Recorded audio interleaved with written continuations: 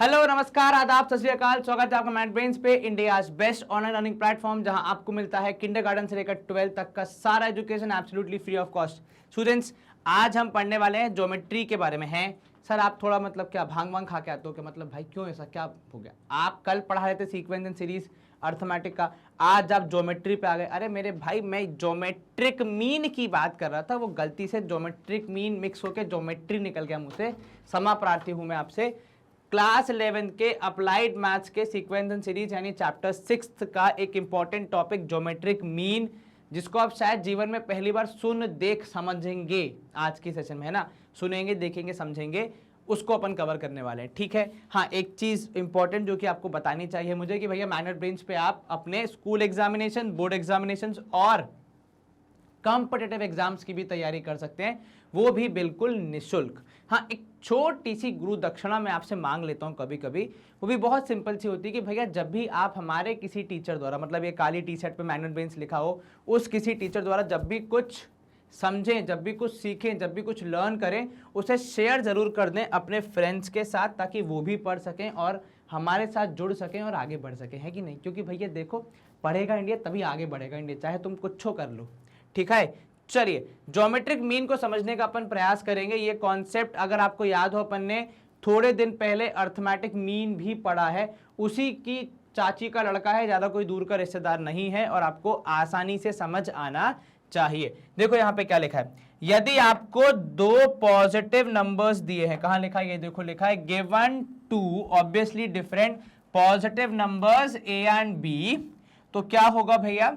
तो आप यहां पे ज्योमेट्रिक मीन को समझने का प्रयास करेंगे। Positive numbers A and B, we can insert, हम क्या कर सकते हैं? हम इंसर्ट कर सकते हैं उनके बीच में एक नंबर, ठीक है। हम एक नंबर इंसर्ट कर सकते हैं उनके बीच में, बिटवीन, जिसको यहां पे जी के नाम से रिप्रेजेंट किया गया है, so that A G B are in GP. मतलब बेसिकली दो लोग पहले से बैठे हैं, उनके बीच में एक व्यक्ति को ऐसे बैठाना है कि वो अलग ना लगे, इन सेंस वो तीनों मिलके जीपी बना लें, ठीक है। Such that number G is called geometric mean. तो ये जो प्रोसेस है जहां पे आप दो नंबर्स के बीच में एक तीसरा नंबर इंसर्ट कर देते हैं और वो उनके साथ इतना घुल मिल जाता है कि वो उन्हीं का हिस्सा बन जाता है और तीनों मिलके एक जीपी बना लेते हैं, तो उस नंबर को जिसको आपने बीच में इंसर्ट करवाया, जो कि आपने कुछ एफर्ट डाल के, फॉर्मूला लगा के, कैलकुलेशन करके किया, उसे आप कहते हैं ज्योमेट्रिक मीन। क्या इतना मामला क्लियर हुआ? हाँ जी sir. Of the words A and B, in other words, अब देखो सिंपल से यहां पे वर्ड्स में लिखा है कि if A G B are in GP then G is called geometric mean between the numbers A and B। मतलब फॉर एग्जाम्पल अगर मैं यहां पे लिख दूं, एक एग्जाम्पल आपके सामने यहां प्रकट कर देता हूं। मैं लिख रहा हूं भैया 2, यहां पे लिखा मैंने 8 और यहां लिखा मैंने 32। पैटर्न ऑब्जर्व करें सर, 2 इंटू 4 करेंगे तो 8 मिलेगा, बिल्कुल ठीक। 8 इंटू 4 करेंगे तो 32 मिलेगा, बिल्कुल ठीक। तो अगर ये तीन नंबर्स हैं तो इसमें जो बीच वाला नंबर है 8, इसे मैं 2 और 32 का जीएम बोल सकता हूं, ज्योमेट्रिक मीन बोल सकता हूं।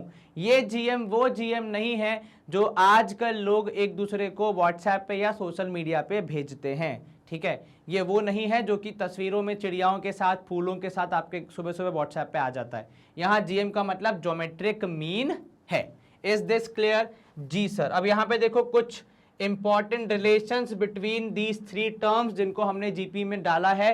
क्या है यहां पे लिखा है? देखो कि अगर ए जी बी ये तीनों अगर जीपी में हैं तो आपको एक ये रिलेशन मिलता है जो कि आप आमतौर पे जीपी में देखते ही हो कि सेकेंड टर्म बनाम first term is equal to third term बनाम सेकेंड टर्म, जिसको लोग ऐसे भी यूज करते हैं कि G square is equal to A B, ठीक है। या फिर ज्योमेट्रिक मीन अगर आपको किसी का निकालना हो तो आप निकालेंगे under root of A B. For example अगर कोई आपको बोल दे कि 4 और मान लीजिए 16 का ज्योमेट्रिक मीन निकाल दो, तो आप क्या करोगे? आप बोलोगे geometric mean would be equal to 4 into 16 which is equal to कितना? Which is equal to how much? Which should be equal to, यहाँ पे हो जाएगा 64 विच इज 8 के बराबर। Is this clear?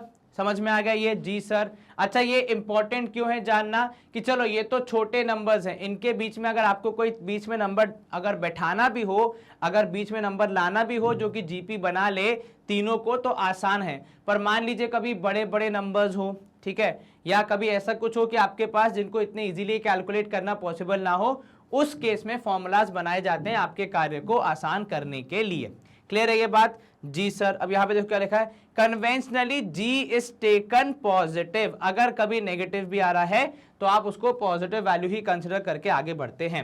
Hence the geometric mean of two positive numbers A and B is g equal to root of A B. तो इस पूरे जो हमारा यहां पे लिखा है उसका सारांश देखो नीचे एक हरी पट्टिका में लिख के दिया है आपको।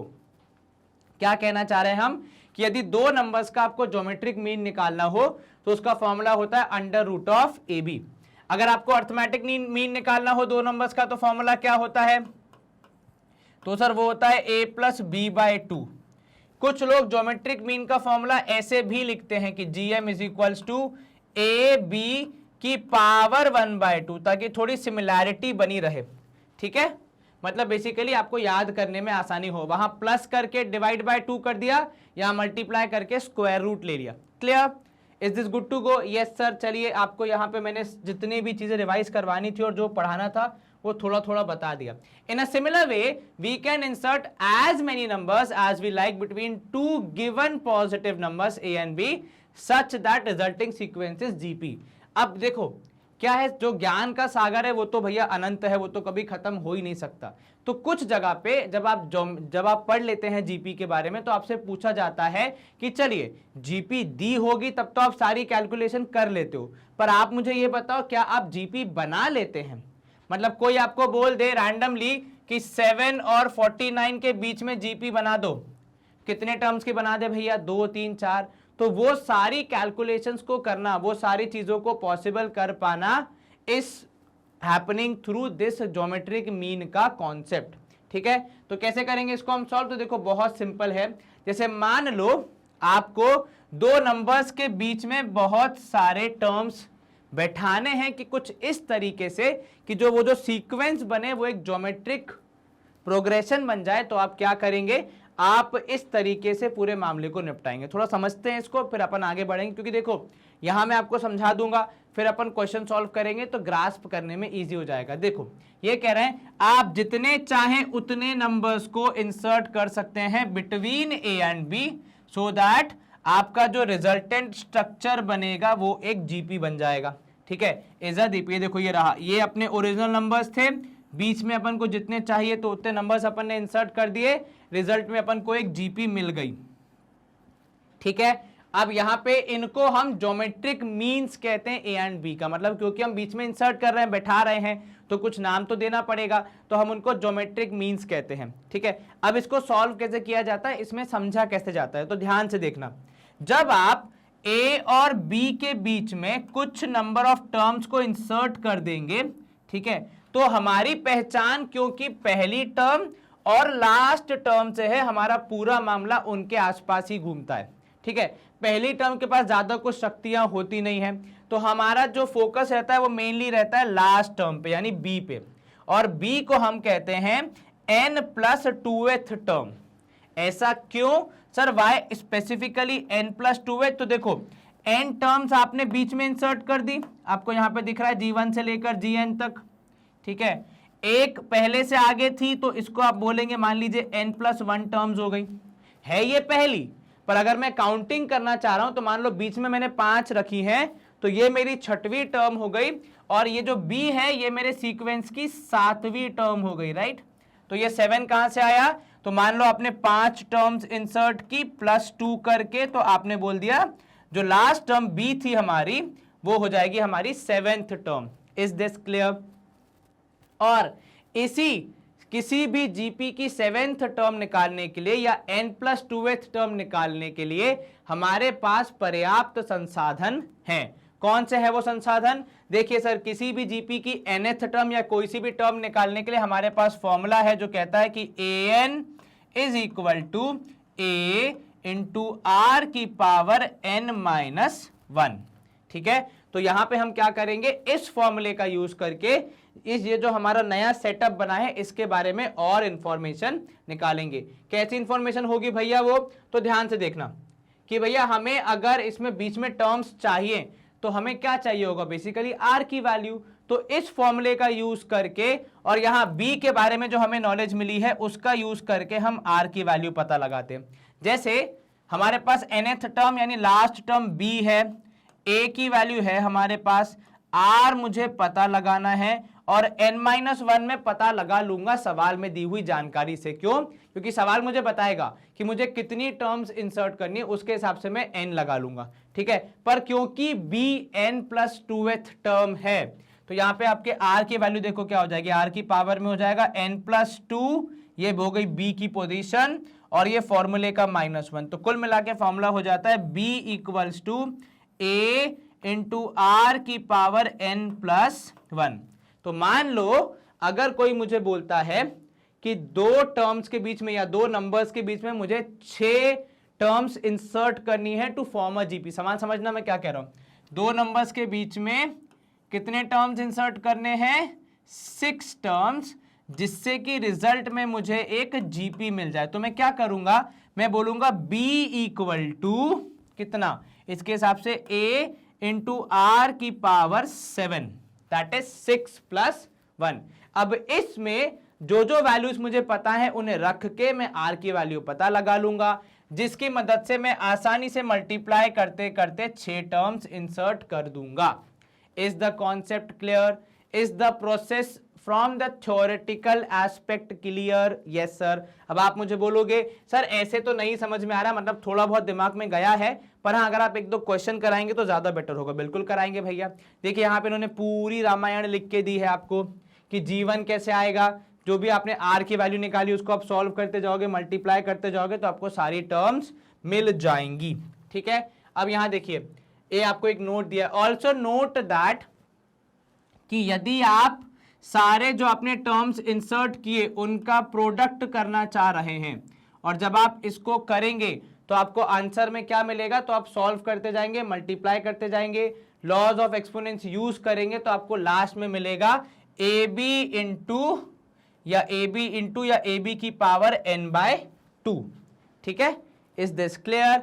और ये जो अपना फॉर्मूला था जो अपन ने पहले देखा था कि g इक्वल टू कितना बोला था हमने, √ab। ये जो फॉर्मूला है ये फॉर्मूला हमारा बेसिकली सिंगल जीएम निकालने के लिए होता है। ठीक है, एक ज्योमेट्रिक मीन अलग होता है जो कि यूनिक आइडेंटिटी होती है, जो कि दो नंबर्स के एग्जैक्टली बीच में आप कह सकते हो दो नंबर्स का एग्जैक्ट ज्योमेट्रिक मीन होता है। लेकिन ये जो इंसर्ट करने वाली एक्टिविटी है ये हम अलग तरीके से देखते हैं। ठीक है, इन दोनों का आपको फर्क समझ में आना चाहिए, दोनों को मिक्स मत करना। ठीक है, वो जो अपना प्रोसेस है जो भी अपन कर रहे थे जिसमें हम बोल रहे थे b = a इंटू आर की पावर n+1 है, उस प्रोसेस के तहत आप किन्हीं दो नंबर्स के बीच में टर्म्स को इंसर्ट या आइडेंटिफाई कर सकते हैं जिससे आपको एक जीपी मिल जाए।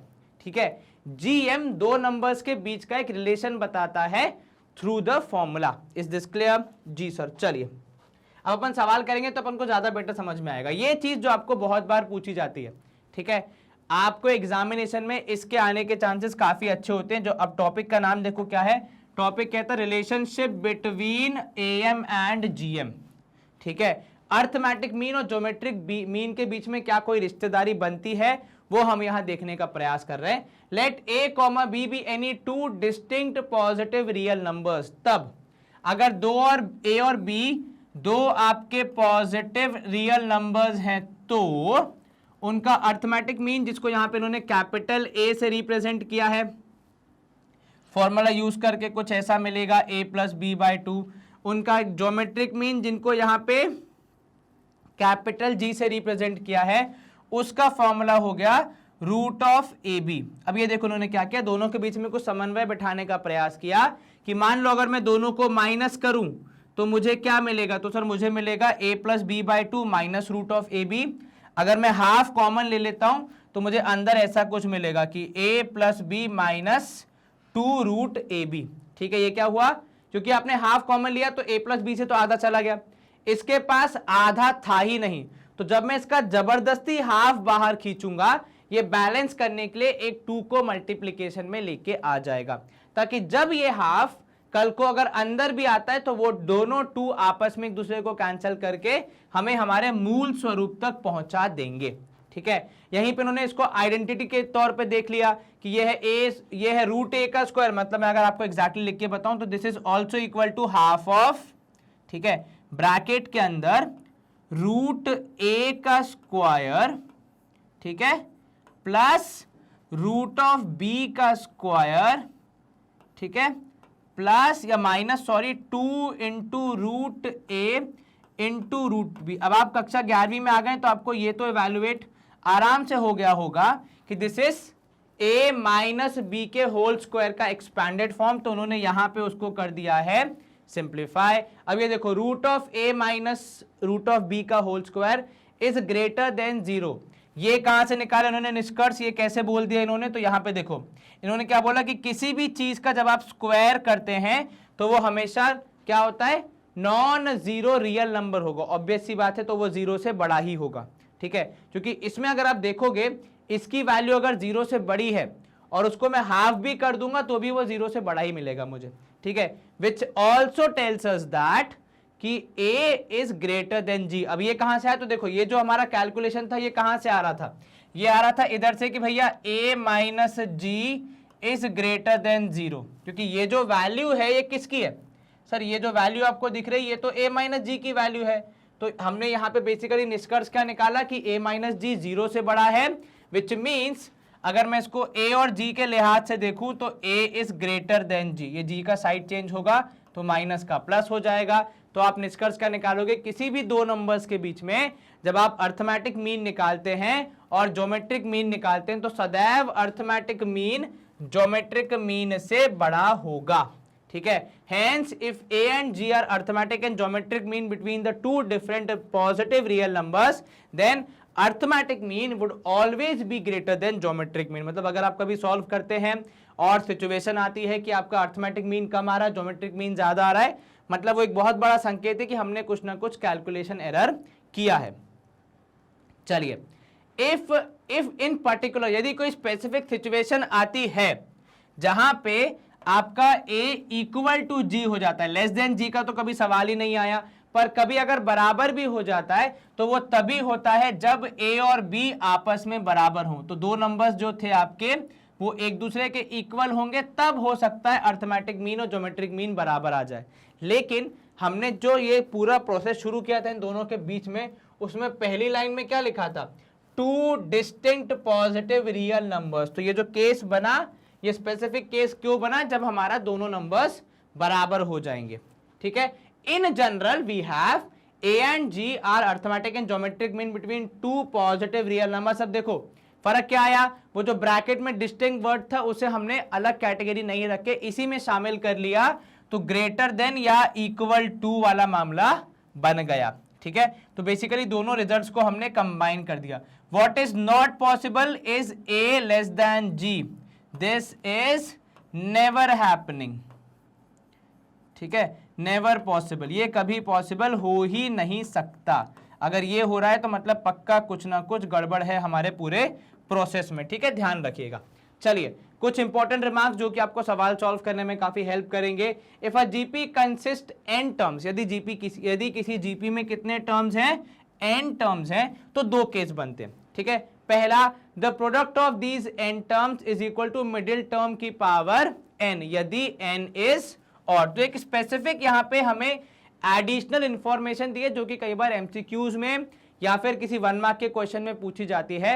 ये कह रहे हैं कि यदि किसी जीपी में हमें कोई जीपी दी है जिसमें नंबर ऑफ टर्म्स जिसमें n टर्म्स हैं, तो कोई मुझे अगर बोल दे कि जीपी के सारे टर्म्स का प्रोडक्ट निकाल दो, तो मैं शायद सारे नंबर्स को मल्टीप्लाई न करके इस कॉन्सेप्ट का यूज करूंगा जो बोलेगा कि भैया आप मिडिल टर्म निकाल दो और मिडिल टर्म की nth पावर ले लो।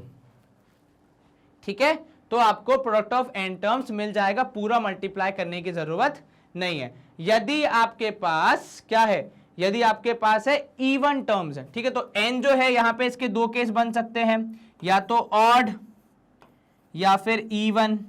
ठीक है, अब अगर नंबर ऑफ टर्म्स ऑड है तो आपको भी पता है ऑड वाले केस में मिडिल टर्म निकालना आसान होता है, मिडिल टर्म निकालना, ठीक है, इज इजी, राइट, है ना? क्यों?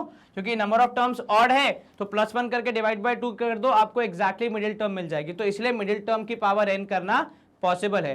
पर जब आपके पास n में इवन हो जाता है, ठीक है, तब उस केस में आपका जो प्रोडक्ट ऑफ n टर्म्स होगा वो क्या हो जाएगा? Geometric mean of 2 middle terms to the power n, ठीक है। इवन में क्या होता है? इवन में आपको 2 मिडिल टर्म मिलते हैं, 2 मिडिल टर्म मिलते हैं, इसीलिए आप क्या करोगे? मिलते हैं, what you would do, we get 2 middle term, ऐसे भी लिख सकते हो, we get 2 मिडिल टर्म। तो भैया 2 मिडिल टर्म है, किसी को नाराज नहीं कर सकते, एक को लेंगे तो हम क्या करेंगे? दोनों का निकालेंगे gm और फिर उसकी पावर कर देंगे n, ठीक है। तो जो आपको ये 2 मिडिल टर्म मिले, इनका gm निकाल के उसकी पावर n कर देना।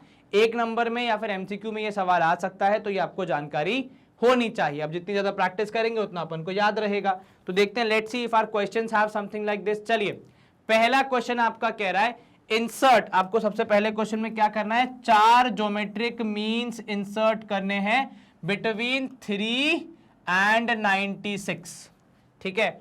Also show that their product is the 4th power of the GM. अब ये देखो, ज्योमेट्रिक मीन्स ऐसे लिखना, ठीक है, कुछ और दर्शाता है, और ऐसे लिखना कुछ और दर्शाता है, आपको हमेशा ध्यान रखना है, ठीक है। तो सवाल को शुरू कैसे करेंगे? तो हम यहां पे बोलेंगे, देखिए हेयर, ठीक है, a is equal to 3, b जो हमारा है वो है 96, ठीक है। ये दो चीजें हमें पता है, और हमें क्या पता है? कितने इंसर्ट करने हैं? तो नंबर ऑफ जियोमेट्रिक मीन्स जो हमें इंसर्ट करने वो कितने हैं? वो करने हैं 4। तो हमारा पैटर्न क्या बनेगा? तो देखो हमारा पैटर्न बनेगा, अगर मैं यहां पे लिखूं कि according to question a, G1, क्योंकि हमारा पहला ज्योमेट्रिक मीन आएगा, G2, G3, G4 and B form an GP, right. सवाल में यही तो लिखा है कि आपको 4 ज्योमेट्रिक मीन इंसर्ट करने हैं, जिसका रिजल्टेंट क्या होगा? आपको एक GP मिल जाएगी। चलिए, अब आप यहां पे क्या बोलोगे? Now B is equal to कितना हो जाएगा sir? 4, 5, 6 is equal to A6 of GP, right. ये क्लियर है? Yes sir. अब यहां पे मैं क्या बोलूंगा? मैं यहां पे बोलूंगा कि क्योंकि ये GP का 6th टर्म है, तो हम यहां पे करेंगे using an is equal to a r power n-1, we get, क्या मिलेगा हमें? सर हमें मिलेगा यहाँ पे b की जगह 96 an, ठीक है, a की जगह रखा हमने 3, और यहाँ पे हो जाएगा r की पावर कितना? r की पावर हो जाएगा 5। अब इसको दो तरीके से चेक कर सकते हो। पहला, फॉर्मूला के हिसाब से 6 - 1 इज 5। दूसरा, जो हमने कॉन्सेप्ट पढ़ा है उसके हिसाब से इसमें +1 करते हैं, तो 4 टर्म डालने थे तो आप r की पावर कितनी कर दोगे? 5 कर दोगे। क्लियर है ये? चाहे आप जैसे भी इसको समझें, ठीक है। बस आपको ये ध्यान रखना है कि कंफ्यूज नहीं होना है कि ये 6, यहां पे हमने 6 लिखा है तो 6 + 1 तो नहीं करेंगे, नहीं भैया, ये तो हमने फॉर्मूला यूज किया। एक तरीका ये देखने का हुआ। दूसरा ये कि नंबर ऑफ जो हमें ज्योमेट्रिक मीन्स इंसर्ट करने थे वो थे 4, तो उस फॉर्मूला के हिसाब से यहाँ पे n+1 आना चाहिए, तो 4 + 1 1 हो जाएगा 5। दोनों ही तरीके से सेम वैल्यू आनी चाहिए, ठीक है। चलिए, 96 को मैं 3 से डिवाइड कर दूंगा क्योंकि उसका कोई काम नहीं है यहाँ पे, और इधर आपको मिलेगा r पावर 5, ठीक है। इसको आप डिवाइड करोगे, 3 3 = 9, 3 2 = 6 is equals to r power 5। ये तो आप सबको पता है।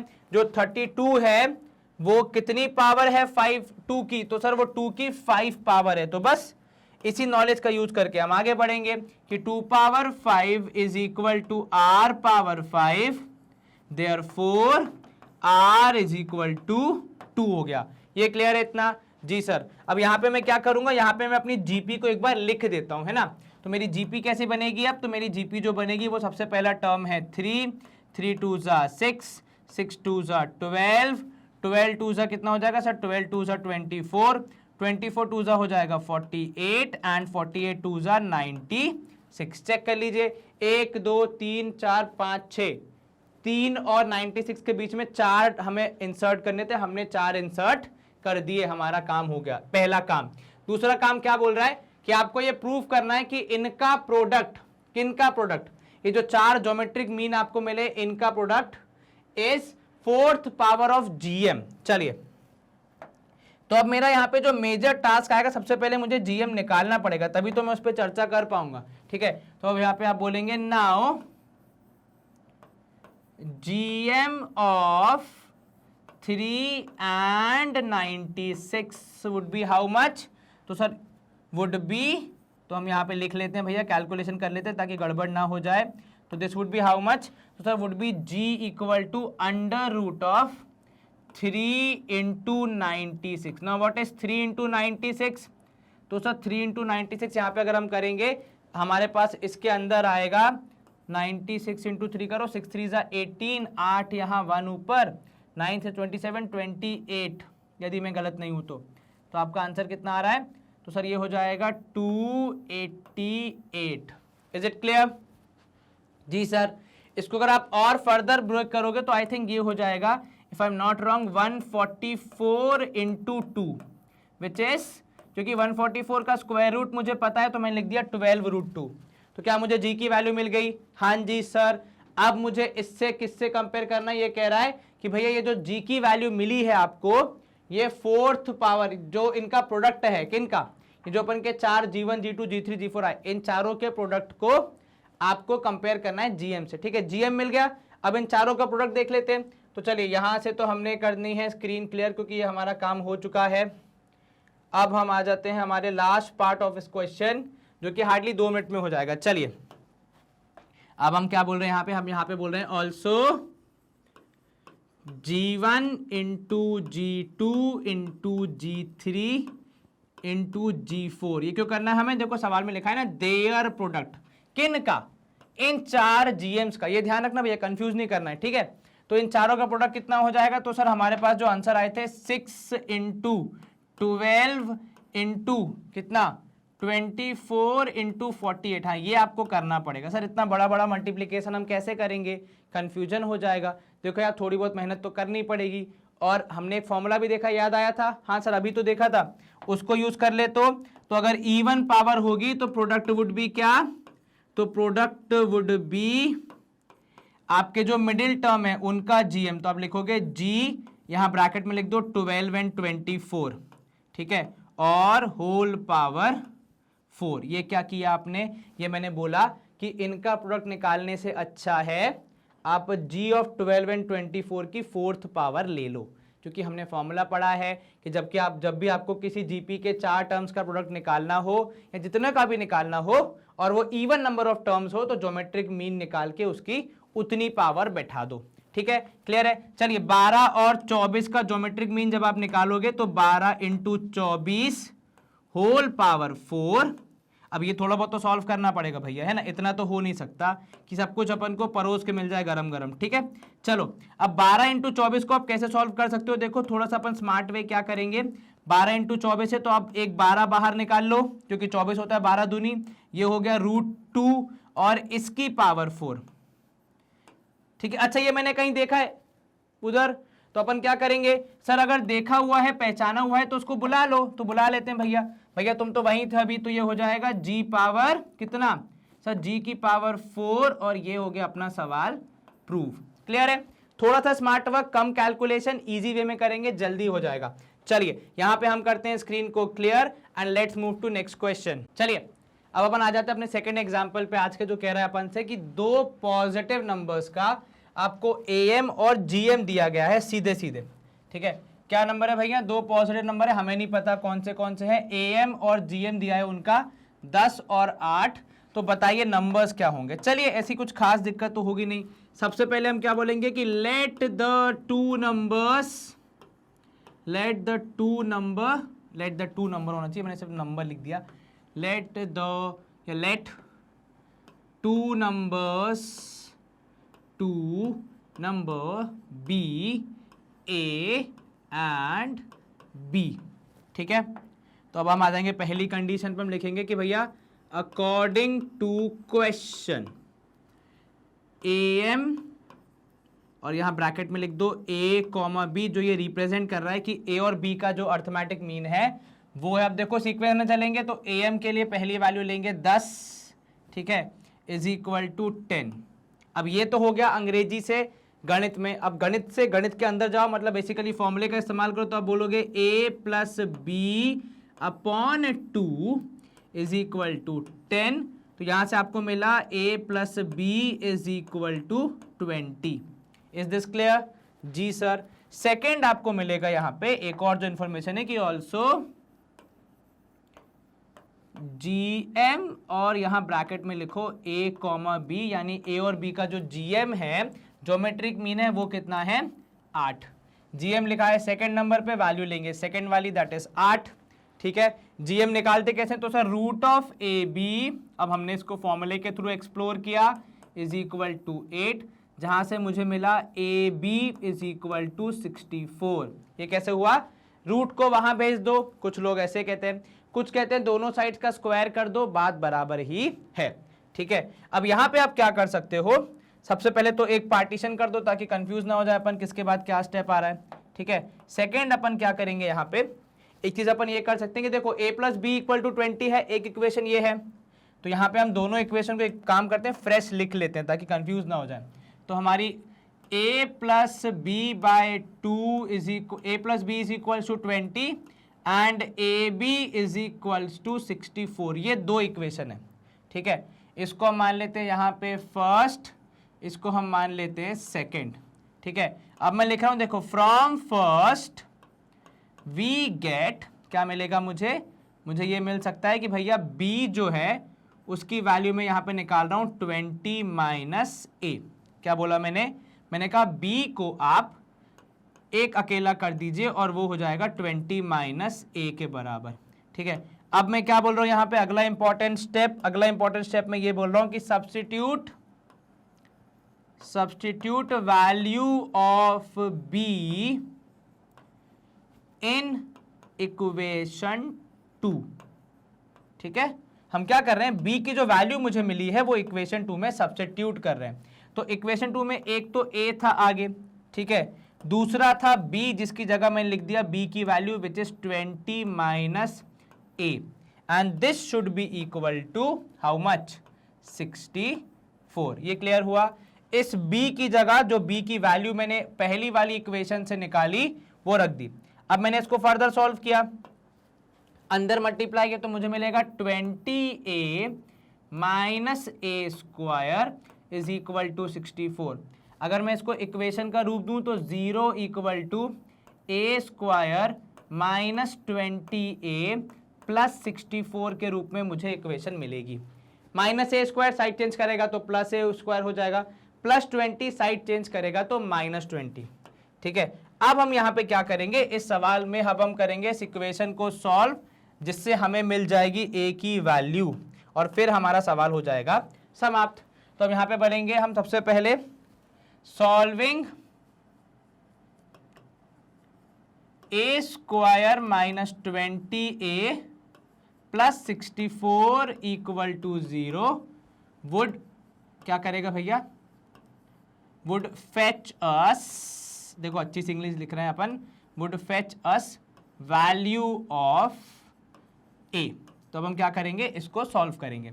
तो भैया हमने क्या देखा, A square minus 20A plus 64 है, दो नंबर्स जिन्हें गुणा करने पे 64 आ जाए और ऐड सब्ट्रैक्ट करने पे 20 आ जाए, ऐसे दो नंबर्स मुझे ढूंढने हैं अब। ठीक है, क्या ऐसे दो नंबर्स आपके दिमाग में आ रहे हैं?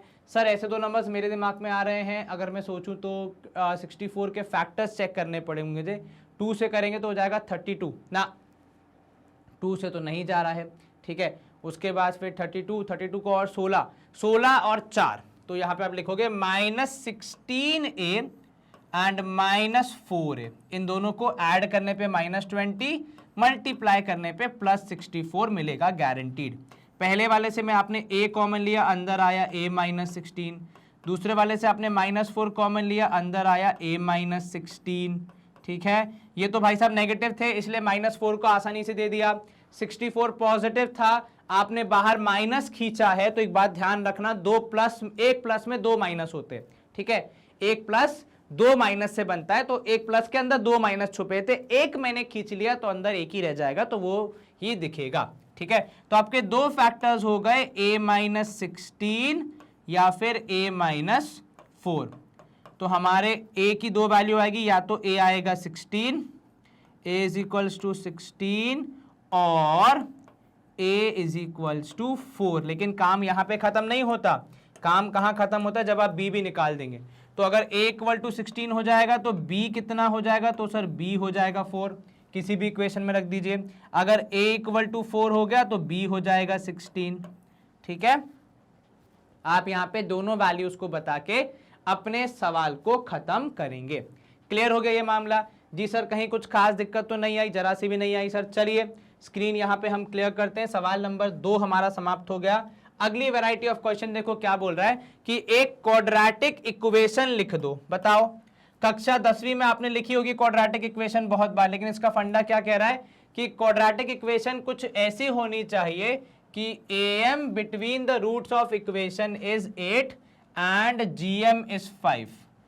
ओके, देखो क्या कह रहा है, आपको क्वाड्रेटिक इक्वेशन तो बनानी है, ठीक है, कोई दिक्कत नहीं है, लेकिन जो उसके रूट्स होंगे, ठीक है, किसके भाई, हर क्वाड्रेटिक इक्वेशन के कितने रूट्स होते हैं सर? 2 रूट्स होते हैं। तो ये जो 2 रूट्स हैं इनके बारे में उन्होंने बोला है कि ये जो 2 रूट्स हैं उसका अर्थमेटिक मीन होना चाहिए 8 और ज्योमेट्रिक मीन होना चाहिए 5, ठीक है।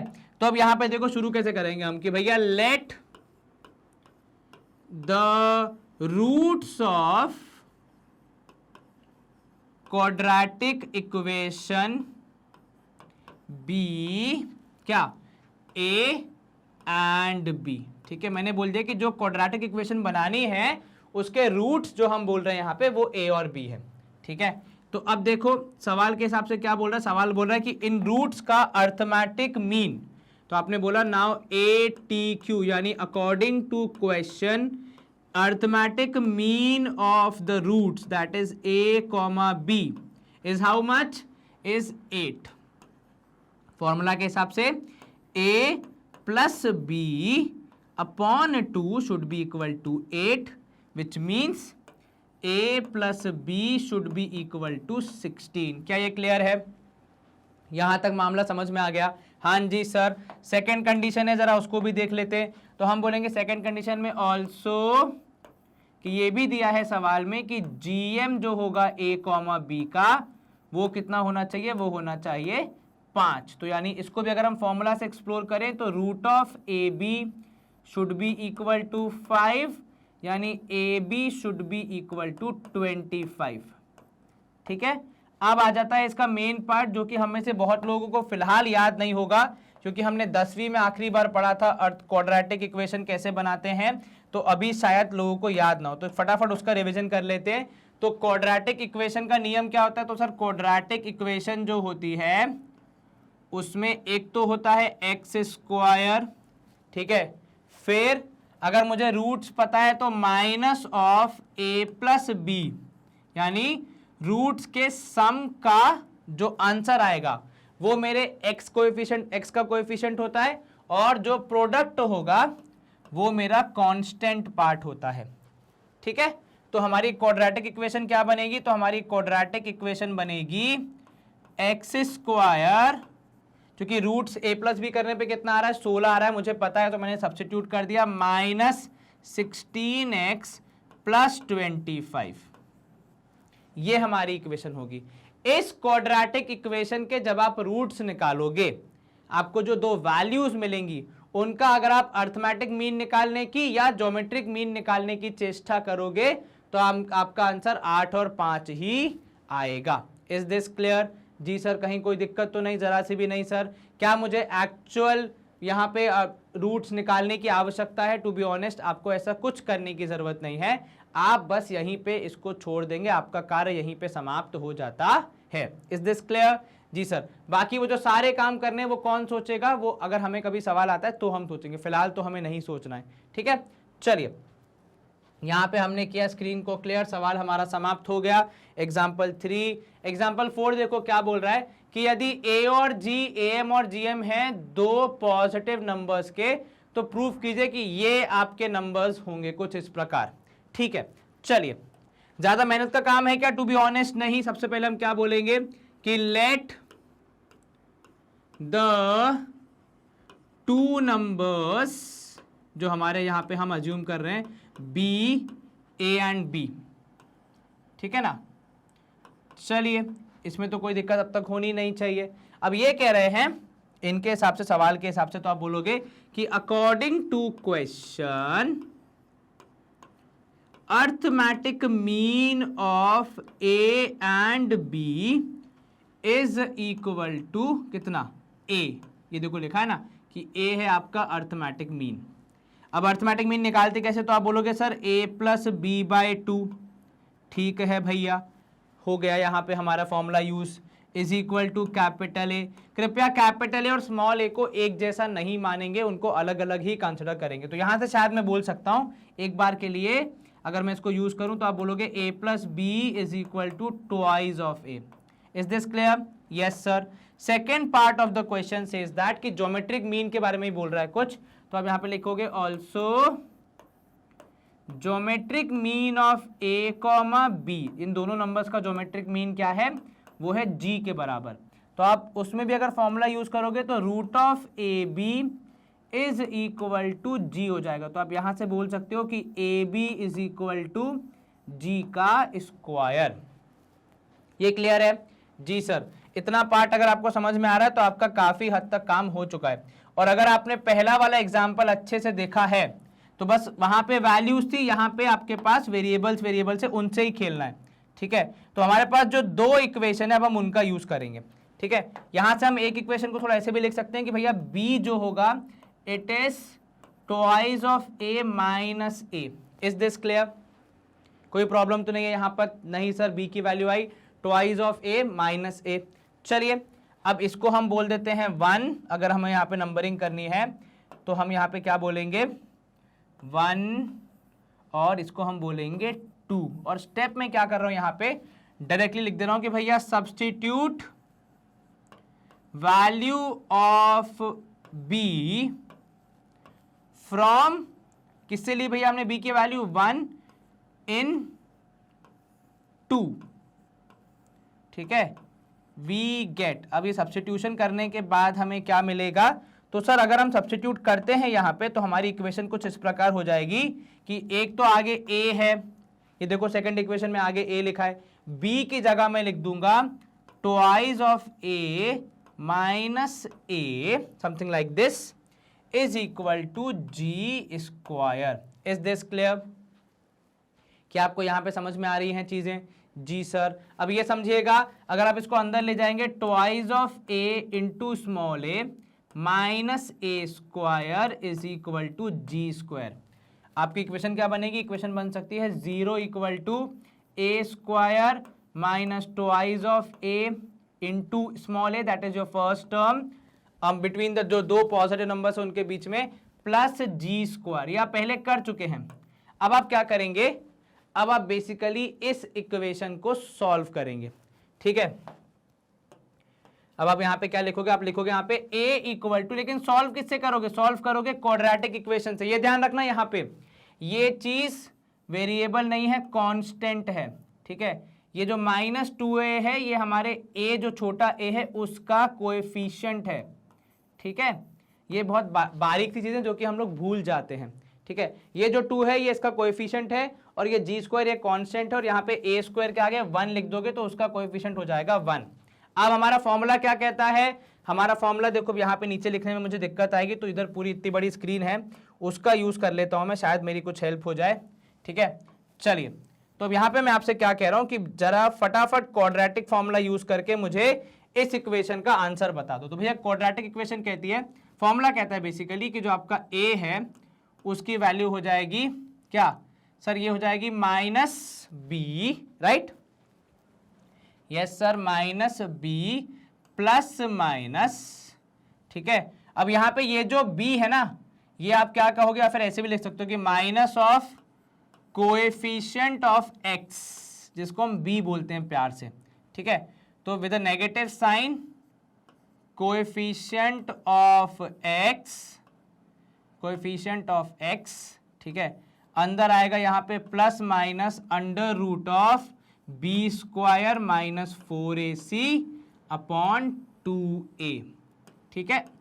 ये याद आया आपको फॉर्मूला। अब एक चीज का ध्यान रखना, वहां पे जो b और a हैं वो ये वाले नहीं है, कृपया उनसे कैंसिल ना करें, कृपया इस a को इससे ना करें, ठीक है। यहाँ पे आप a की जगह ऐसे भी लिख सकते हैं, इसको एक काम करो d लिख दो तो आपको कंफ्यूजन कम होगा। d मानिए डिस्क्रिमिनेंट, ये हो जाएगा कोएफिशिएंट ऑफ किसका, कोएफिशिएंट ऑफ एक्स स्क्वायर। ये मैंने आपको बिल्कुल जैसे वर्ड्स में लिखते हैं अपन वैसा बताया, कोएफिशिएंट ऑफ एक्स स्क्वायर, ताकि कोई भी कंफ्यूज ना हो, ठीक है। चलिए, तो a की वैल्यू मुझे यहाँ से मिलने वाली, उसी से मेरा कुछ काम होगा। तो अब यहाँ पे बोलोगे माइनस ऑफ, ये फॉर्मूले का है, ब्रैकेट के अंदर कोएफिशिएंट ऑफ a मैंने लिख के रखा है -2a, ठीक है ना, -2 capital A, -2 with a capital A, plus minus, अब d जो होता है वो क्या होता है, वो सर इसका कोएफिशिएंट, किसका, जो हमारा ये a का कोएफिशिएंट है, दैट इज बी स्क्वायर। तो अब यहाँ पे लिख दोगे -2a का होल स्क्वायर माइनस 4ac, तो 4 into 1 into g square, right, yes sir, whole divide by नीचे 2 इंटू 1, ठीक है। चलिए, a की वैल्यू अगर आपको मिल जाएगी तो फिर b की वैल्यू बड़ी आसानी से आ जाएगी, minus minus plus 2a plus minus इन रूट के अंदर यहाँ पे हो जाएगा 4a square minus 4g square, right जी सर। चलिए, अब आप जितना कॉमन ले सकते हैं उतना कॉमन लेके इसको थोड़ा सिंप्लीफाई करने की कोशिश कीजिए। यहाँ देखिएगा a equal to 2a plus minus, अब मैं जो रूट के अंदर दोनों के पास 4 है उसको कॉमन ले रहा हूँ, तो अंदर आ जाएगा a square minus g square, ठीक है, होल डिवाइड बाय 2। इतना क्लियर है जी सर। अब a इक्वल टू क्या हो जाएगा, तो ये हो जाएगा 2a प्लस माइनस, ये जो मल्टीप्लीकेशन में 4 है ये रूट के बाहर आ जाएगा तो 2 हो जाएगा, तो अंदर हो जाएगा a square minus g square. बस आपको चलते जाना है, ऐसे कुछ सोचना नहीं कि हम गलत कर रहे हैं सही कर रहे हैं। बहुत बार ऐसा होता है मैथ्स में कि आपको लगता है कि हम क्या ही कर रहे हैं, मतलब इससे क्या ही आंसर निकलेगा, बट देन आपको इन दी एंड अच्छे से आंसर मिलता है कि देखो a वुड भी, अगर आप ऊपर से आप दोनों में से 2 कॉमन ले लोगे, अंदर आ जाएगा a plus minus under root of a square minus g square in a bracket whole divide by 2। अब ये 2 इस 2 को कैंसिल कर देगा, फाइनली आपको a की वैल्यू क्या मिलेगी, आपको यहाँ पे a की वैल्यू मिलेगी capital A, that is arithmetic mean, plus minus under root of a square minus g square. और यही हमें बताना था कि जो 2 नंबर्स हैं हमारे वो कुछ इसी प्रकार आएंगे। अब अगर आप b की वैल्यू निकालते हैं तो देखो यहाँ पे आपके पास 2 ऑप्शंस हैं, ठीक है। तो मैं इसको क्लियर कर दूं इतने पार्ट को, किसी को अगर स्क्रीनशॉट लेना हो तो एक बार देख लो, ठीक है। अब मैं जरा इसको एक्सप्लोर करता हूं क्योंकि ये भी हमारे लिए बहुत जरूरी पार्ट है। चलिए, ये हमने हटा दिया, ये भी हटा दिया, इसकी भी जरूरत नहीं है, ये हमने सॉल्व कर दिया। इंपॉर्टेंट यहाँ पे पता है क्या था, किस तरीके से आप क्वाड्रेटिक फॉर्मूला का यूज करके अपना आंसर बताते हैं, ठीक है। चलिए, तो अब मुझे क्या पता है, आप देखो मुझे ये पता है कि a की वैल्यू जो है वो मेरे पास 2 वैल्यू आई है, a plus minus under root of a square minus g square, right, है ना, ऐसे ही कुछ आया है जी सर।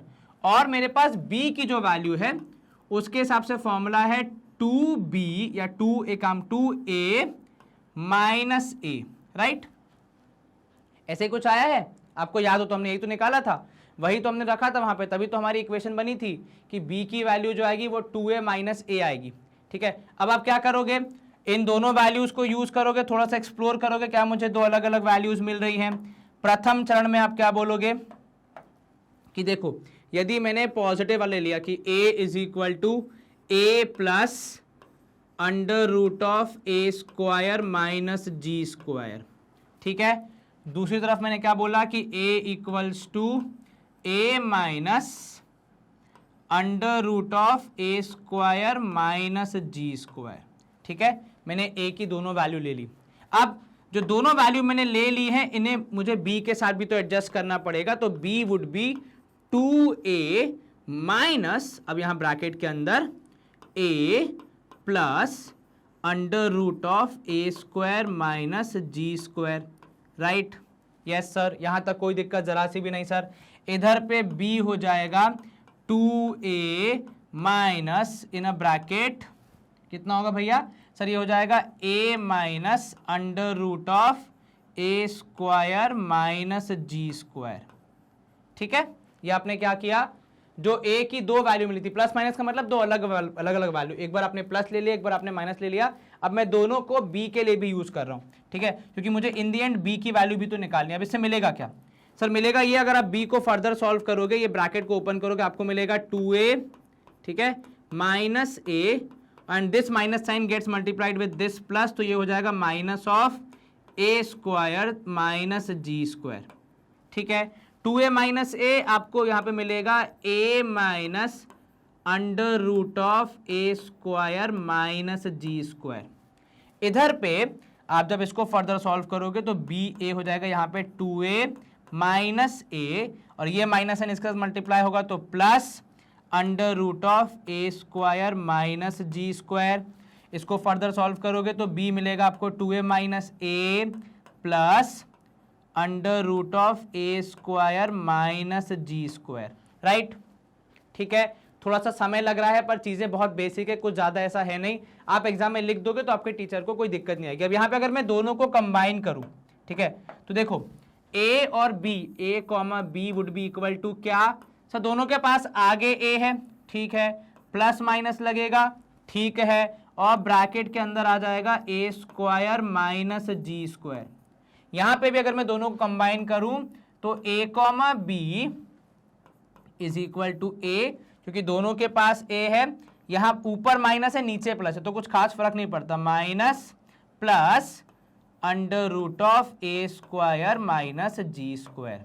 अब आप कंपेयर करो, नंबर्स क्या थे बोला, ए प्लस माइनस लिखा हो या माइनस प्लस लिखा हो, उससे कुछ खास फर्क नहीं पड़ता। मतलब बेसिकली वो यही कहता है कि आपको दोनों साइन यूज करने, एक बार माइनस वाला साइन, एक बार प्लस वाला साइन। ठीक है, तो जैसा कि आपने देखा था हमारे क्वेश्चन में भी वैल्यू क्या आई थी, 16 4 और 4 16 है, तो 16 और 4 ही ना भाई।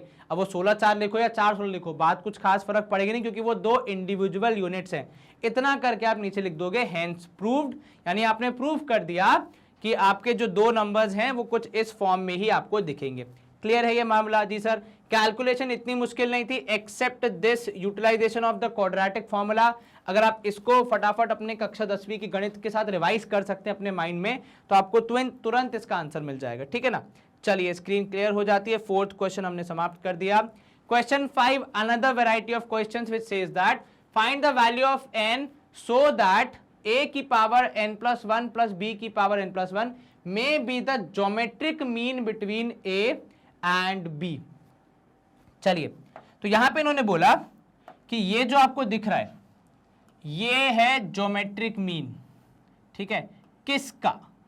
ये है ज्योमेट्रिक मीन a और b का, लेकिन आपको पता लगाना है कि n की किस पावर के लिए ये पॉसिबल होगा, या ऐसा जो हम कैलकुलेशन करना चाह रहे हैं, जो पूरा हम एक्सपेरिमेंट करना चाह रहे हैं, ये पॉसिबल होगा। चलिए बताइए, पहली बात तो हमें नंबर्स दिए हैं a एंड b, तो हमें कुछ अज्यूम करने की आपकी बात जरूरत नहीं है। ठीक है, अब ज्योमेट्रिक मीन तो मैंने पढ़ा है तो मैं उसकी बात तो जरूर करूंगा, है ना। तो यहां पे देखो मैं क्या बोलूंगा कि भैया अकॉर्डिंग टू क्वेश्चन, ठीक है, जीएम ऑफ यानी geometric mean of a comma b should be equal to what sir, it should be root of a b। इसको बहुत लोग कैसे लिखते हैं, a और b की पावर 1/2 लिख देते हैं, a कॉमा b। और मैं ऐसा क्यों लिख रहा हूं, क्योंकि देखो यहां जो मुझे कैलकुलेशन दी हुई है ना, उसमें भी आपकी a और b की पावर लगी हुई है। तो जब पावर लगी है तो हम भी लगा लेते हैं पावर, भैया हमें कोई मना थोड़ी है। तो क्या पावर का पावर से मैच होना इजी हो जाएगा। ठीक है, इतना क्लियर है, यहां तक तो कोई दिक्कत नहीं। ये तो हमने बहुत बेसिक सा फंडा लिखा है। अब इसके आगे कैसे कंटिन्यू करेंगे हम इसको, चल भैया क्या कर रहे थे अपन, सर अपन ने जीएम का फॉर्मूला यूज करके इधर तो एक्सप्लोर करिए। अब जो चाहिए जिसको हमें प्रूव करना है, जरा उसको पिक्चर में लेके आते हैं। तो अब सवाल के हिसाब से अगर मैं आगे बढ़ूं तो इनका कहना है कि जो ज्योमेट्रिक मीन है वो बराबर हो जाएगा किसके, वो बराबर हो जाएगा इस वाली वैल्यू के। तो a into n plus one plus b into n plus one, ठीक है, वुड बी डिवाइडेड बाय यहाँ पे है a power n plus b power n, ठीक है। ये हमारा ज्योमेट्रिक मीन है। सवाल कह तो रहा है कि दिस में बी द ज्योमेट्रिक मीन, तो ज्योमेट्रिक मीन के बराबर रख दिया अपन ने।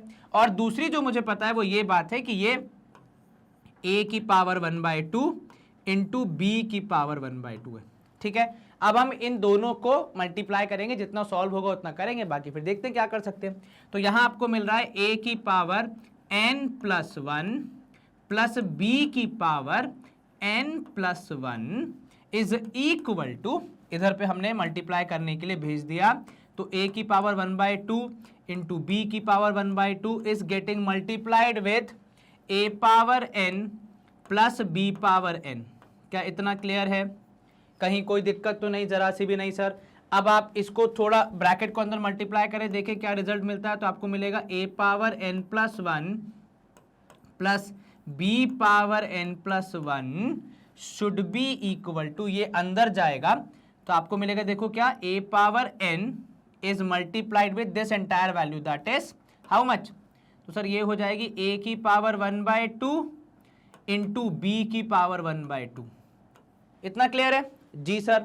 यहां पे हो जाएगा प्लस कितना सर, ये हो जाएगा प्लस a की पावर 1/2, तो अपन ने यहाँ b की पावर n है यहाँ पे, ठीक है, and this is multiplied by a की पावर 1/2 इंटू b की पावर 1/2। क्या यहां तक कोई दिक्कत? आपने इसके डिनोमिनेटर को क्रॉस मल्टीप्लाई करके वहां भेज दिया। अब देखो ये दोनों मल्टीप्लीकेशन में है और ब्रैकेट का खुद का मतलब होता है मल्टीप्लीकेशन, तो यहां पे मैं ऐसे डॉट लगा दूं विच रिप्रेजेंट्स कि यहां मल्टीप्लीकेशन हो रहा है। इधर भी ये मल्टीप्लीकेशन, क्योंकि ब्रैकेट का मतलब ही क्या होता है कि मल्टीप्लाई करना है। अब यहां समझना क्या होने वाला है, a की power n plus 1 plus b की पावर n प्लस 1 यहां पे चल रहा है अभी भी, इसको मैंने ज्यादा कुछ परेशान करने की कोशिश नहीं की है, ठीक है। एंड यहां पे अगर मैं देखूं तो इधर मुझे क्या मिलेगा सर, इधर पे अगर मैं करूं सॉल्व तो मुझे मिलेगा a की power n plus 1/2 into B की पावर 1/2। Is this clear? जी सर। और यहां पे मुझे मिलेगा प्लस a की पावर, यहां पे अगर आप देखोगे a की पावर 1/2 बाहर है और साथ में मल्टीप्लाई हो रहा है यहां पे b की पावर n प्लस 1/2। क्या इतना मामला आपका क्लियर हुआ? क्या किया आपने, यहाँ पे बेस सेम था तो पावर को ऐड कर दिया, लेकिन b की पावर 1/2 एक अलग बेस है तो उसको हमने कुछ नहीं किया।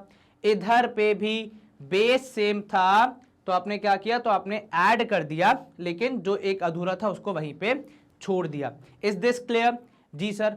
अब मैं क्या चाह रहा हूं कि सारे a वाले एक तरफ आ जाएं और b वाले एक तरफ आ जाएं, ऐसा कर दें क्या?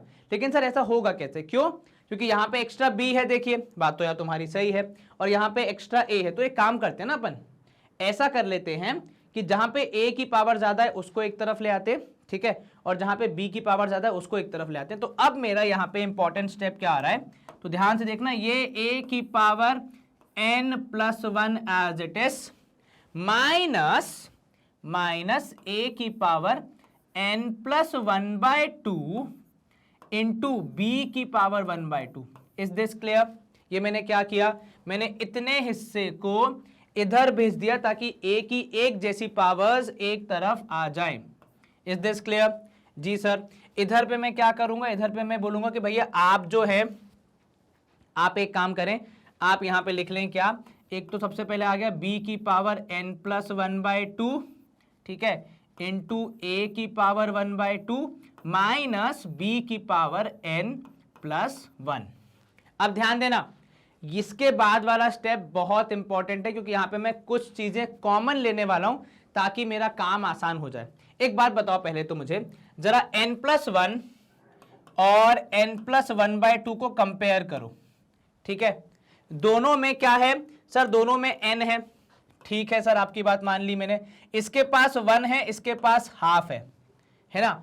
अगर मैं इस 1 को देखूं तो एक 1 के अंदर 2 हाफ होते हैं, ठीक है, इतना आपको क्लियर है। जी सर, मैं आपको क्यों बता रहा हूं, क्योंकि मैं यहाँ पे जो कॉमन लेने वाला हूं ना, वहां पे इसका बहुत बड़ा रोल होने वाला है। ध्यान से देखना, मैं क्या बोल रहा हूं आपसे, एक काम कीजिए, a की पावर n प्लस 1/2 कॉमन ले लीजिए। तो जब मैं a की पावर n प्लस 1/2 कॉमन लूंगा तो मेरे पास अंदर क्या बचेगा। सर यहां देखिएगा, आपने बताया कि n+1 के अंदर एक n होगा और 2 हाफ होंगे, राइट। तभी अगर मैं n कॉमन ले लूंगा, n पूरा का पूरा आ जाएगा, और मैंने हाफ और कॉमन लिया, ठीक है। तो यहां से n गया और हाफ गया, कितना बच गया, हाफ बच गया। तो क्या यहां पे मैं लिख दूं कि यहां बचेगा a की पावर 1/2 माइनस, इधर से पूरा का पूरा n+1/2 कॉमन चला गया, केवल b की पावर हाफ बच जाएगा, तो मैं वो लिख दूंगा। Is this clear? क्या आपको ये कॉमन लेने का स्टेप समझ में आया? अगर नहीं आया तो मैं एक और बार रिपीट करता हूं, ध्यान से सुनना, बहुत इंपॉर्टेंट पड़ाव है सवाल का। मैंने क्या किया, मैंने यहाँ पे देखा कि दोनों के पास a की कुछ पावर है, तो क्यों ना कॉमन खींच ली जाए। तो जब मैंने कॉमन खींचने की चेष्टा की तो मैंने देखा मेरे पास n के पास है n+1 एक पावर है और दूसरी पावर है n+1/2। अब जब मैं कॉमन ले सकता हूं तो भैया जो निचली पावर, मतलब जो कम पावर है वो ही कॉमन ले सकता हूं। तो कम पावर कितनी है, तो n+1/2 है। क्यों? क्योंकि n+1 बड़ा है, वो हाफ बड़ा है, यहाँ पे 1 है तो ये बड़ा हुआ। अब मैंने n+1/2 जब कॉमन खींचा तो n तो पूरा आ गया, लेकिन +1 के 2 हिस्से हो गए, आधा आधा। एक मैंने कॉमन खींच लिया और आधा यहां बाहर रह गया। सिमिलरली दूसरी तरफ जब आप देखोगे और आप वहां भी लोगे b की पावर n+1/2 कॉमन, तो आपके पास क्या बचेगा, अंदर बचेगा a की पावर 1/2 माइनस b की पावर 1/2। Is this clear? जी सर। अब आप यहां पे क्या करेंगे, a की पावर 1/2 माइनस b की पावर 1/2 को पूरा पूरा कैंसल कर देंगे। आपके पास क्या बचा सर?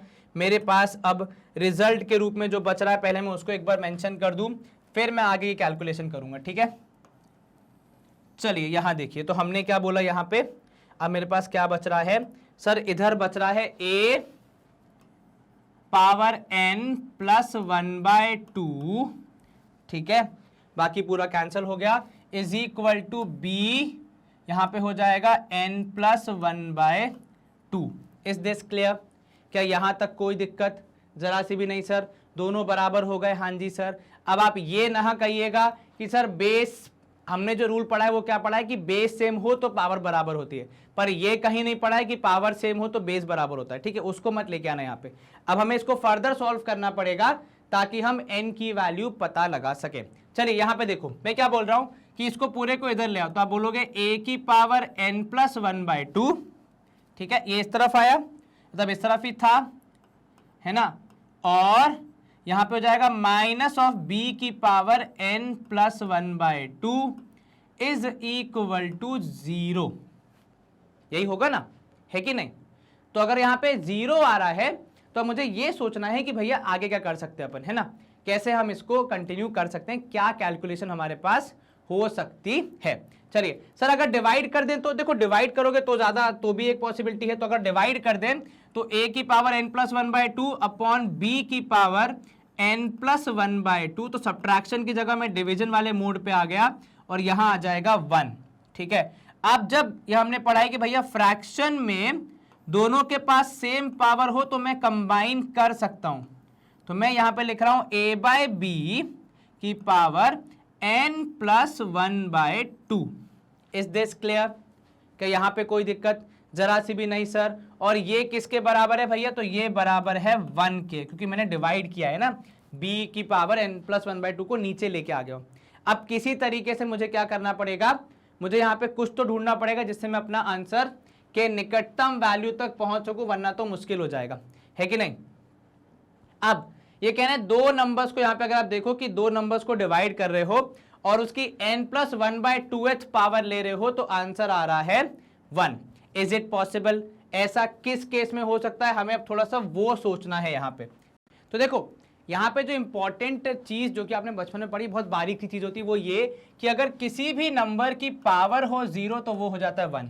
तो मैं 1 को, क्योंकि मुझे सॉल्व करना है इन दी एंड, मेरा मकसद तो वही है, तो मैं यहाँ पे क्या करूंगा, अगले स्टेप में इसी वाले रूल का अपने एडवांटेज के लिए यूज करूंगा। तो यहां लिखा मैंने a अपॉन b की पावर n+1/2, ठीक है, इज इक्वल टू, अब देखो मुझे नहीं पता a/b करने पे कितना आएगा, मुझे उससे कोई मतलब भी नहीं, मुझे सिर्फ इतना पता है कि a/b की पावर यदि मैं 0 कर दूंगा तो वो 1 के बराबर होगा।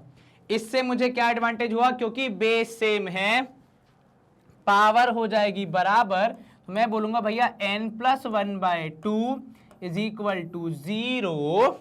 इतना क्लियर है जी सर। तो n की वैल्यू क्या हो सकती है, तो सर n की वैल्यू हो सकती है कितनी, -1/2। इज दिस क्लियर, क्योंकि +1 वहां जाएगा तो माइनस हो जाएगा, इसमें तो कोई दिक्कत नहीं, आराम से हो जाना चाहिए। हाँ जी सर, तो n की वैल्यू हमारे लिए कितनी आई, तो हमारे लिए भैया n की value I -1/2। Find the value of n, अगर आप यहाँ पे रखते भी देखो -1/2 + 1 इज कितना, 1/2, -1/2 + 1 इज 1/2, और नीचे भी आएगा -1/2। मे बी क्या हम नेगेटिव साइन को इग्नोर करेंगे, ऐसा कह सकते हैं क्या, तो सर मे भी बोला ना ज्योमेट्रिक, मैंने एग्जैक्टली थोड़ी बोला है, तो हाँ हम 1/2 या -1/2 जो भी हम लेना चाहें उसको रख के अपने आंसर को समाप्त कर सकते हैं। चलिए यहाँ पे हो जाएगी screen clear and let's move to next question. अब देखो एग्जाम्पल नंबर 6, एक नई वेराइटी ऑफ क्वेश्चन जो हमें यहाँ पे क्या पूछ रहा है कि देखिए आपको ये बोला गया है कि एक ज्योमेट्रिक मीन g, ठीक है, और दो अर्थमेटिक मीन आपने इंसर्ट किए हैं p एंड q, किसके बीच में भैया, दो नंबर्स के बीच में। तो आपको बताना है, आपको शो करना है कि g² is equals to 2p minus q and 2q minus p। Start कैसे करेंगे, पहले तो जिन दो नंबर्स की बात कर रही है उनको हम यहाँ सवाल बात कर रहे हैं उनकी हम बात करते हैं कि let the two numbers be a and b, ठीक है।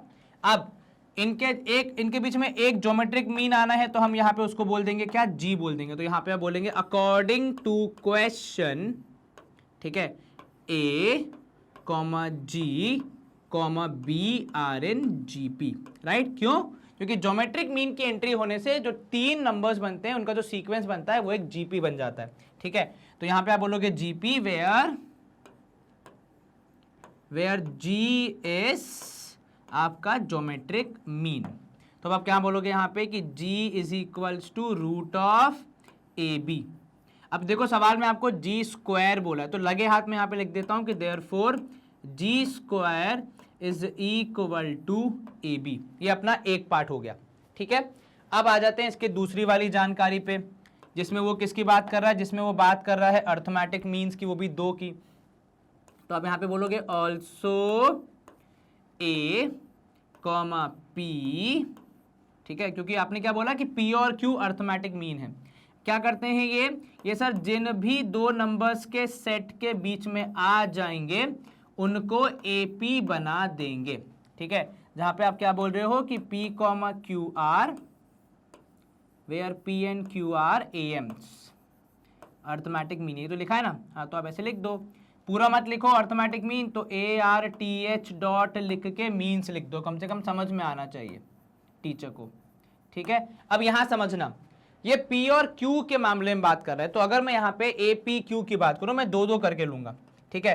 रीजन बीइंग क्योंकि मेरे पास जो कॉन्सेप्ट है अर्थमेटिक प्रोग्रेशंस के उसमें दो की ही बात होती है अक्सर, ठीक है। तो हम सबसे पहले यहाँ पे बोलेंगे कि now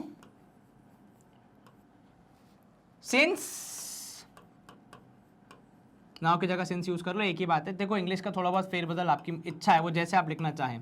since APQ are in AP, क्योंकि भैया किसी AP के अंदर अगर आप कोई स्पेसिफिक टर्म्स लेते हैं, कोई दो तीन लेते हैं कंसेक्यूटिव वाली, वो भी AP में रहती हैं, तो हम यहाँ पे बोलेंगे कि देयरफॉर 2P यानी मिडिल वाले टर्म का डबल करने से पहले और आखिरी वाले के बराबर आता है। Since this are AP, therefore 2P would be equal to A plus Q। और ये मैंने क्यों किया, आप ध्यान से देखना, मुझे यहां से मिलेगा 2P minus Q is the value of A। Value of A is 2P minus Q। 2P minus Q मुझे चाहिए था, तो मैंने जानबूझ के किया ये, ठीक है। सेकेंड पार्ट में मैं क्या बोलूंगा इसके, यहां पे मैं बोलूंगा कि देखो ऑल्सो, अब की बार मैं ले रहा हूं P Q and b are in AP, ये भी एपी में है, ठीक है। और क्योंकि ये एपी में है तो हमें क्या मिलेगा, देयरफॉर इधर भी मिडिल वाले को डबल करने पे पहले और आखिरी वाले के सम के बराबर होता है, ठीक है। इधर से भी मैंने p को वहां भेजा तो मुझे मिला 2q minus P is equal to b, ठीक है। अब यहां देखना ये हमारी इक्वेशन 1 थी जहां पे हमें जी स्क्वायर मिल रहा था, ये हमारी इक्वेशन 2 है, ठीक है, ये हमारी इक्वेशन 3 है। अब मैं यहाँ पे इंपॉर्टेंट कार्य क्या कर रहा हूं, सिर्फ सब्स्टिट्यूशन का काम करूंगा और मुझे मेरा आंसर मिल जाएगा, ठीक है। ध्यान से देखना, अब मैं क्या बोल रहा हूं यहाँ पे लास्ट पार्ट में कि सब्स्टिट्यूटिंग, तो लिखा हमने यहाँ पे substituting values of a and b from 2 and 3 in equation 1 we get, क्या मिलेगा हमें, जी स्क्वायर तो था ही इक्वेशन 1 में, राइट, यस सर। ए की वैल्यू रख दी हमने, तो देखो यहाँ पे ए था 2p माइनस क्यू, तो वो रखा मैंने 2p माइनस क्यू। बी की वैल्यू यहां से हमें उठा के रखनी थी, तो बी की वैल्यू यहां पे देखो हमने बता रखी है, it is 2q minus P. Is this clear? जी सर, क्या हमें G square equals to 2p minus Q into 2q minus P मिला सर। तो क्या हमारा सवाल सॉल्व हुआ? हाँ जी सर, चुटकियों में। चलिए स्क्रीन को हम क्लियर करेंगे, आंसर हमारा आ गया। 7th क्वेश्चन अब देखते हैं, find the minimum value of 3 power x, ठीक है, plus 3 power 1 minus x where x belongs to r, ठीक है। अब यहां पे देखो इसको सॉल्व कैसे करेंगे, ठीक है। ये वाला सवाल इज अ यूनिक वैरायटी जहां पे हम am और gm का लॉजिक यूज करके आंसर बताएंगे, क्योंकि हमें मिनिमम वैल्यू बतानी है, ठीक है। अब यहां पे हम क्या कर रहे हैं, सबसे पहले बोल रहे हैं कि लेट 3x एंड 3 की power 1 minus x b 2 distinct numbers a and b, ठीक है। ये आपने बोल दिया क्या, इनको हमने a और b मान लिया, ठीक है। अब हमने देखो क्या पढ़ा है, हमने क्या पढ़ा है भैया, वी नो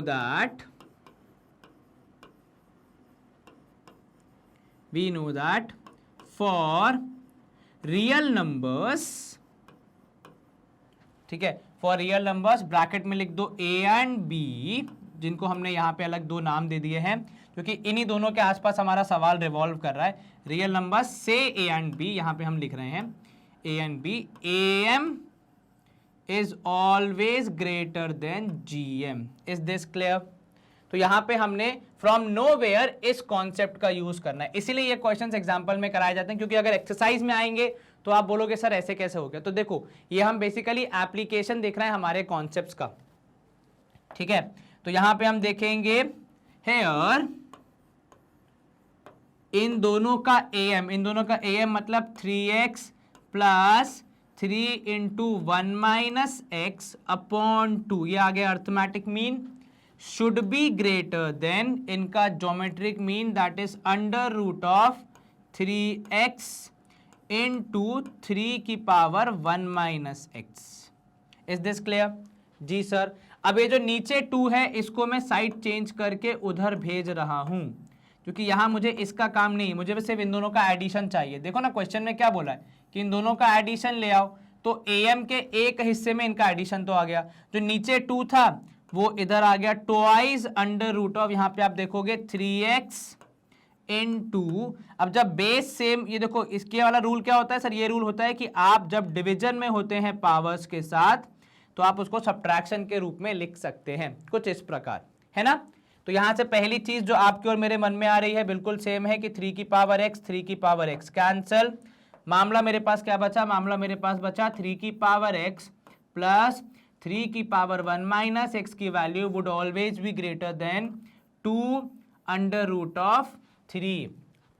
कहने का तात्पर्य कि इन दोनों के ऐड करने पे जो भी आंसर आएगा वो हमेशा इससे ज्यादा ही आएगा, विच ऑल्सो मीन्स दैट कि इसकी जो मिनिमम वैल्यू होगी वो इससे ज्यादा होगी, ठीक है। आप ग्रेटर देन इक्वल टू भी यूज करते हैं ना अपन बहुत बार, तो आप इक्वल टू साइन भी लगा सकते हैं यहाँ पे, ठीक है, कोई दिक्कत नहीं है, वो भी आपके हेल्प ही करेगा। तो यहाँ पे आप बोलोगे कि इसकी मिनिमम वैल्यू क्या होनी चाहिए, 2√3 के बराबर, मिनिमम वैल्यू इज 2√3। समझ में आया कैसे फ्रॉम नोवेयर एक ऐसे रैंडम से क्वेश्चन में एएम और जीएम का कॉन्सेप्ट लग के हमें हमारा आंसर मिला। पर आपको ये ध्यान रखना है, इस टाइप के क्वेश्चन में ऐसा आप पूरा कैलकुलेशन करके अपना आंसर बता सकते हैं, ठीक है। A unique variety of question, जो कि जब तक आप सॉल्व नहीं करते शायद आपको कभी पता भी नहीं चलता। चलिए example number 8 is about 4 numbers ABCD। Again यहां पे आपको वही देखने को मिलेगा कि कैसे एएम और जीएम का कॉन्सेप्ट लगता है हमारे ऐसे कैलकुलेशंस में, ठीक है। 4 नंबर्स में है जो कि एपी में है, और आपको ये शो करना है कि B into c is greater than A into d. कैसे अप्रोच करेंगे इसको, ठीक है। तो सबसे पहले मैं क्या बोल रहा हूं भैया, अकॉर्डिंग टू क्वेश्चन, तो ATQ ABCD are in AP, right. तो हमारा क्वेश्चन क्या कहता है, देखो हमारा क्वेश्चन कहेगा कि जो आपका अर्थमेटिक मीन होता है वो हमेशा ज्योमेट्रिक मीन से ज्यादा होता है। तो प्रोबेबली ये जो हमारा ग्रेटर देन वाला साइन है वो कहां आता है, सर वो आता है अर्थमेटिक मीन के अंदर ही, ठीक है। Arithmetic mean is greater then GP होता है, तो जीएम होता है, वहीं से हम ये ग्रेटर देन का साइन पिक्चर में ला सकते हैं, ठीक है। चलिए अब इसको अप्रोच कैसे करेंगे वो देखना ध्यान से। सबसे पहले मैं आपको यहाँ पे क्या बोल रहा हूं कि यहाँ पे आप क्या करोगे, अगर आप ज्योमेट्रिक मीन या अर्थमेटिक मीन कुछ भी लेते हैं तो एक बार में अपन 3 ही ले सकते हैं, राइट। तो यहाँ पे अगर हम करेंगे यहाँ पे कंसिडरिंग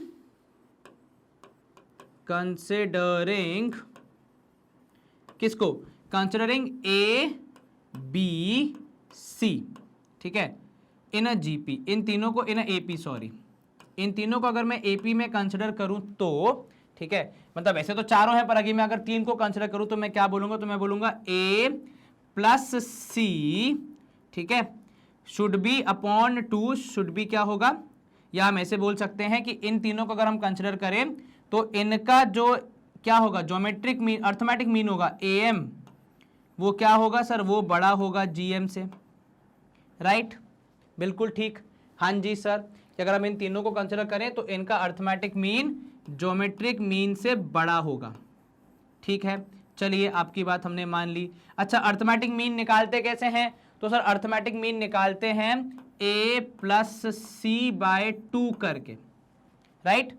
ज्योमेट्रिक मीन कैसे निकालते हैं, इनके बीच में अगर देखा जाए तो वो बोलेंगे हम अंडर रूट ऑफ AC, ठीक है ना, ये क्लियर है जी सर, यहां तक कोई दिक्कत जरा सी भी नहीं सर, बड़ी आराम से हो गया। अब A प्लस C बाय 2 को मैं B बोल दूं, क्यों सर, क्योंकि भैया मोरे ध्यान से देखो आप, ये जो B है ये AP में है, तो ये अर्थमेटिक मीन AP में ही लगता है, आप GP में नहीं लगा सकते। तो यहाँ पे आप क्या लिखोगे, इसको आप बोलोगे कि भैया B is greater than root of AC, ठीक है, या आप ऐसा भी बोल सकते हैं कि B square would be greater than AC। Is this clear जी सर, क्या मुझे कहीं से कुछ कनेक्शन मिला, हाँ सर थोड़ा बहुत तो मिल ही रहा है। सिमिलरली अब आप सेकेंड पार्ट में क्या करोगे, सेकेंड पार्ट में बाकी 3 को कंसिडर करोगे, ठीक है। इसके बाद जो आपको क्वेश्चन मिलेगा पता है उसमें क्या होगा, उसमें आपको दूसरी कंडीशन मिलेगी जहां पे ABCD को आप GP में बोलेंगे, तब फिर आपके रूल्स रेगुलेशंस अलग तरीके से अप्लाई करेंगे, वो भी अपन देखेंगे, ठीक है। Now considering the other 3 terms, क्योंकि एक बार में हम GP में AP में 3 को ही कंसिडर कर सकते हैं, क्योंकि AM और GM वाला जो फंडा है वो 3 के साथ आता है ना। कंसिडरिंग अब की बार हम किसको पकड़ रहे हैं, BCD इन AP, ठीक है। वी हैव कि भैया AM would always be greater than GM, ठीक है। अगर आप B और D की बात करें तो यहां पे आप लिखोगे AM कैसे निकालेंगे, तो B plus D by 2 is greater than root of BD। Is this clear, ये क्या हुआ, देखो अगर मैं AM और GM किसी का भी निकालता हूं तो वो तो पहली और लास्ट टर्म के साथ ही खेलता है ना। हाँ अब इस वाले के बाद जो यहां पे हीरोइक एंट्री होगी C की, वो है यहां पे टर्निंग पॉइंट, ठीक है, क्योंकि भैया AM जो होता है वो AP वाले 3 टर्म्स में मिडिल वाला होता है, राइट। इसीलिए मैं जब रिप्लेस भी कर रहा हूं तो केवल AM की जगह पे कर रहा हूं कि C इज इक्वल टू या C is greater than under root of BD, square कर दोगे तो C square should be greater than B D. ठीक है, अब यहां पे देखो, आप इसको बोलोगे 1, ठीक है, इसको बोलोगे 2। अब आप यहां पे क्या लिखोगे, यहां पे आप बोलोगे भैया मल्टीप्लाइंग 1 and 2 वी गेट, क्या मिलेगा हमें जरा सोच के बताओ। तो सर यहां पे अब आप देखोगे कि जब आपने मल्टीप्लाई किया तो आपको मिलेगा बी स्क्वायर इंटू सी स्क्वायर, क्योंकि दोनों वैल्यूज बड़ी हैं, दोनों का मल्टीप्लीकेशन या जो प्रोडक्ट आएगा वो भी बड़ा होगा, would be greater than a c into b d. तो अब अगर आप देखें यहां पे कुछ चीजें कैंसिल होंगी, कैसे सर, जैसे ये बी स्क्वायर की एक पावर इस बी को काट देगा, ये सी स्क्वायर की एक पावर इस सी को काट देगा, बचा क्या, बचा यहां पे b C is greater than a d. ठीक है, ये क्लियर है। फिर से एक बार समझो सवाल में हुआ क्या, बहुत ही मतलब एक माइन्यूट सी चीज़ है जो कि यहाँ पे सबको समझ में आनी चाहिए, जिसके बाद सवाल इजी हो जाता है। पहली बात तो ABCD जो मुझे 4 पॉजिटिव नंबर्स AP में दिए थे, इस जानकारी का क्या यूज है वो आपको यहाँ पे देखने को मिलता है at a particular moment in the question. ठीक है, तभी आप ये BC is greater than AD prove कर पाते हैं। अब ये समझना कि भैया क्वेश्चन के हिसाब से ये चारों AP में है, राइट, लेकिन जब भी मैं ग्रेटर देन की साइन की बात करता हूं तो वो AP में कहीं नहीं आता है, खाली एक जगह पे आता है ग्रेटर देन का साइन, जो कि मुझे इंट्रोड्यूस ही करना पड़ेगा वरना मेरा सवाल सॉल्व नहीं हो पाएगा, वो AM is greater than GM वाले मामले में। ठीक है, तो मैंने क्या किया, अगर मैं वो भी सोचूं AM और GM वाला मामला, तो भैया AM और GM 3 नंबर्स के बीच में होता है, जिसमें बीच वाला AM होता है अगर AP है तो, और बीच वाला GM होता है अगर GP है तो मैंने इन चारों को पहले 3-3 के हिस्सों में बांटा। ठीक है, पहले के 3 लिए मैंने, इनको मैंने AP में कंसिडर करके इन पे AM और GM वाला कॉन्सेप्ट लगाया कि अगर ये 3 AP में है तो इनमें से 2 का AM, जो हम A और C बोलेंगे यहाँ पे, क्योंकि AM 2 का ही निकलता है और GM भी 2 का ही निकलता है, तो इन 2 का AM GM बड़ा होगा। ठीक है, AM बड़ा होगा, GM छोटा होगा। ठीक है, फिर फॉर्मूला यूज किया मैंने, AM का फॉर्मूला A + C/2, GM का फॉर्मूला √AC। अब यहां पे आया मेरा बीच वाला टर्म जो कि अब तक छुपा हुआ था, और उसको मैंने GM नहीं AM के साथ यूज किया। क्यों? क्योंकि सवाल कह रहा था AP है भैया, अगर सवाल कहता GP तो मैं उसको GM के साथ यूज करता। ठीक है, तो मैंने रिप्लेस किया, मुझे यहां से एक इक्वेशन मिली। सिमिलरली मैंने लास्ट के टीम कंसिडर किए, लास्ट के 3। ठीक है, यहां पे भी अगर आप चाहें तो ऐसे ब्रैकेट में बहुत लोग लिखते भी हैं कि GM of B and D। ठीक है, अगर हम 2 को कंसिडर करें तो यहां पे भी लिख सकते हो B और D कि AM ऑफ, यहां पे आप बोलोगे A, C would be greater than GM of A, C। ठीक है, चलिए फिर आपने सॉल्व किया, आपको दूसरा इक्वेशन मिला, दोनों इक्वेशंस को मल्टीप्लाई किया, क्योंकि दोनों के LHS में जो वैल्यू है वो ऑलरेडी बड़ी है एज कंपेयर टू RHS, तो मल्टीप्लाई करने पे जो रिजल्ट मिलेगा वो भी सेम ही पैटर्न कंटिन्यू करेगा, and that is why how we could get BC is greater than AD। Is this clear? Yes sir. चलिए आसान सवाल, स्क्रीन क्लियर। सवाल नंबर 9 देख लो। अब देखो फर्क क्या आया, फर्क ये आ रहा है इस सवाल में कि यहाँ पे ABCD को किस में डिक्लेयर कर दिया गया है, GM में, सॉरी GP में बेसिकली। तो अब बोल दिया ABCD अगर GP है तो ये प्रूफ कर दो। चलिए हमारा काम तो प्रूफ करना है, जैसे हमने पिछला वाला किया था लगभग वैसे ही करेंगे। तो भैया according to question ABCD are in GP। ठीक है, अब यहां पे हम क्या कह रहे हैं, यहां पे हम कह रहे हैं सबसे पहले 3 को ले लो। तो कंसिडरिंग किस को, कंसिडरिंग ABC इन GP। ठीक है, we have what sir, we have AM of A, C greater than GM of A, C। क्या ये क्लियर है? ठीक है, AM का formula A + C/2 is greater than AC, sorry माफ कीजिएगा। ठीक है, अब क्योंकि ABC GP में है, तो अगर जो GP में होते हैं तो मिडिल वाला टर्म बाकी दोनों का GM होता है। तो मैं यहाँ पे √AC की जगह लिख रहा हूं, तो यहाँ पे आप लिखोगे A + C/2 would be greater then कितना, B। ठीक है, और यही पैटर्न चलेगा इवन इफ आई से दैट कि a plus c is greater than 2b। Is this clear? यहां तक कोई दिक्कत जरा सी भी नहीं सर, बड़ी ही आराम से यहाँ पे हमारा ये वाला पार्ट हो गया। Very good to go, very much clear कि ए बी सी अगर जीपी में है तो उनका अर्थमेटिक मीन ज्योमेट्रिक मीन से बड़ा होगा। अर्थमेटिक मीन मैंने निकाला ए और सी का, तो मुझे कुछ खास नहीं मिला क्योंकि ये जीपी में थे। अगर एपी में होते तो बी आ जाता यहाँ पे, पर फॉर दैट पर्पस यहाँ पे फिलहाल तो हमारे पास बी इधर पे आ गया ज्योमेट्रिक मीन में। ठीक है, तो जैसा वाला पिछले वाले में हमने एम का लॉजिक यूज किया था, इसमें हमने जीएम का लॉजिक यूज किया। ठीक है, अब यहाँ पे आप बोलोगे also b c d are in GP, तो यहां भी गणित लगना चाहिए। ठीक है, और गणित क्या कहता है? तो भैया गणित ये कहता है कि we would have considering b and d the extreme ones, arithmetic mean of b and d would always be greater than geometric mean of b and d. ये क्लियर है? जी सर, चलिए निकालिए इसका ज्योमेट्रिक मीन। तो ये हो जाएगा b plus d by two as arithmetic mean would be greater than under root of b D.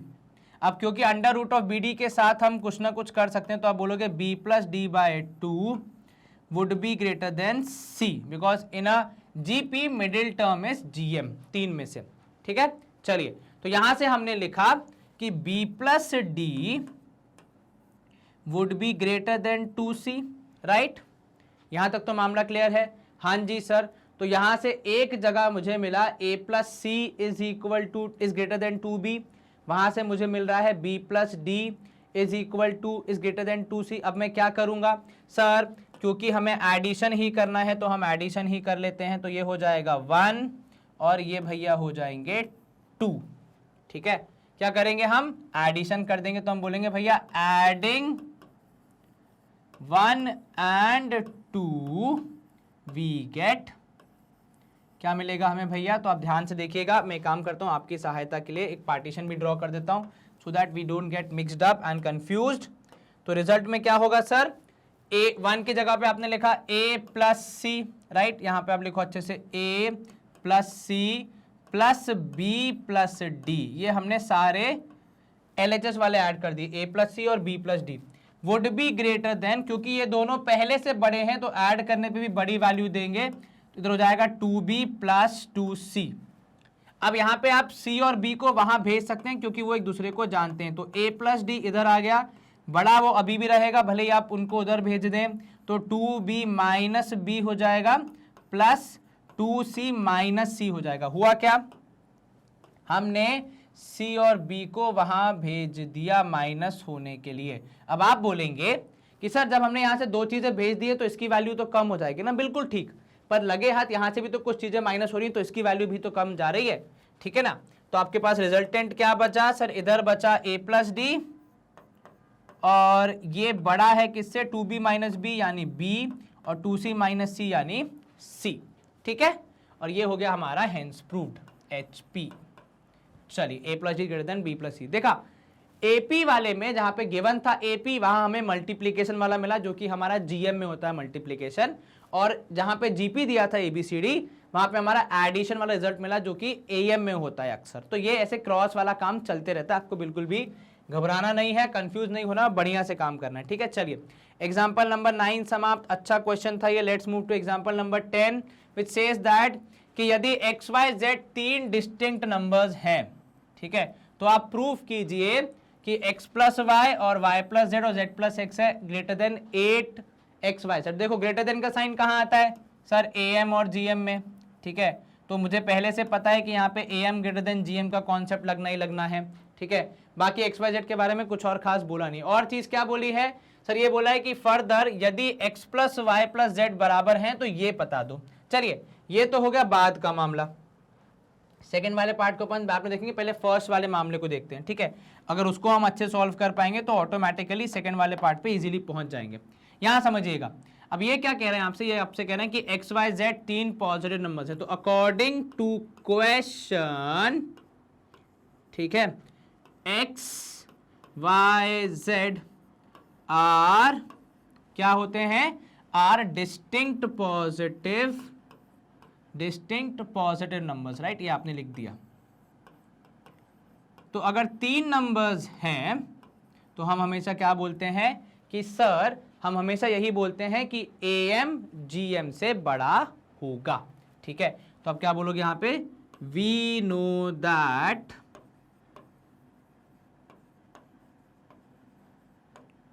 AM would be greater than GM। इतना क्लियर है? जी सर। अब सवाल ये है इसमें कि क्या XYZ के बारे में हमें ये दिया है कि ये अपने वो हैं, क्या कहते हैं उसको, अपन AP में है या GP में है, क्योंकि उसके हिसाब से फिर यहाँ पे अपना मॉडिफिकेशन होगा। ये बात तो आपको भी क्लियर है। तो थोड़ी क्लैरिटी जो हमें यहाँ समझने की जरूरत है वो ये कि भैया XYZ हमारे अर्थमेटिक मीन में है या ज्योमेट्रिक मीन में है। ठीक है, मतलब सॉरी AP में है या GP में, क्योंकि अगर AP में है तो मामला अलग चलेगा, फिर किसको रिप्लेस करना है वो हम सीखेंगे। अगर GP में है तो चीजें अलग चलेंगी। तो ये बात आपको थोड़ा सा यहाँ पे सोचनी पड़ेगी। चलिए तो बताइए किसको ले हम, GP में ले कि AP में ले। अब देखो, क्योंकि हम कहीं भी निर्णय नहीं ले पाए कि XYZ AP में है या GP में है, हम क्या करेंगे, हम एक ऐसा अप्रोच करेंगे जिसमें कि हमारा कुछ नुकसान ना हो। ठीक है, अब we know that AM is greater than GM। ये कब होता है सर, अगर हम लेंगे दो को एक बार में लेंगे तो भी तो ये एप्लीकेबल होगा ना। तो हम यहाँ पे क्या बोल रहे हैं कि भैया कंसिडरिंग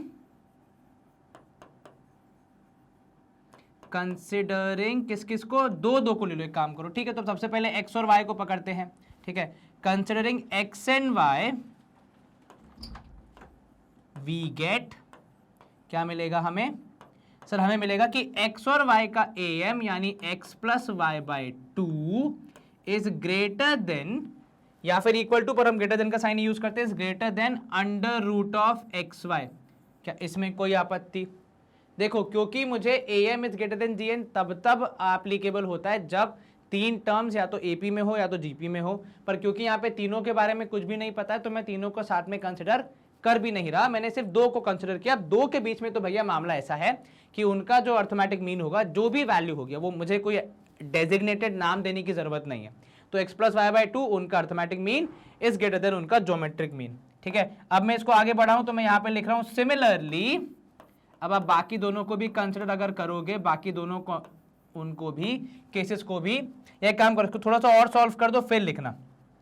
तो और क्या सॉल्व करोगे इसको, तो सर इसको हम बोलेंगे कि X plus y would be greater than, चाहिए तो एक ब्रैकेट में बंद कर लीजिए, twice of root of XY। अब मैं लिख रहा हूं बाकी दोनों के लिए कि सिमिलरली क्या मिलेगा मुझे भैया यहां पे, similarly I would be able to say that कि भैया अगर मैं बाकी के 2 कंसिडर करूं, फॉर एग्जांपल अब मैं Y और Z को अगर कंसिडर करूं तो Y और Z का अर्थमेटिक मीन यानी Y प्लस Z upon 2 would be greater than twice of YZ। तो मैंने एक बार में लिख दिया कि X प्लस Y प्लस Z would be greater than twice of YZ।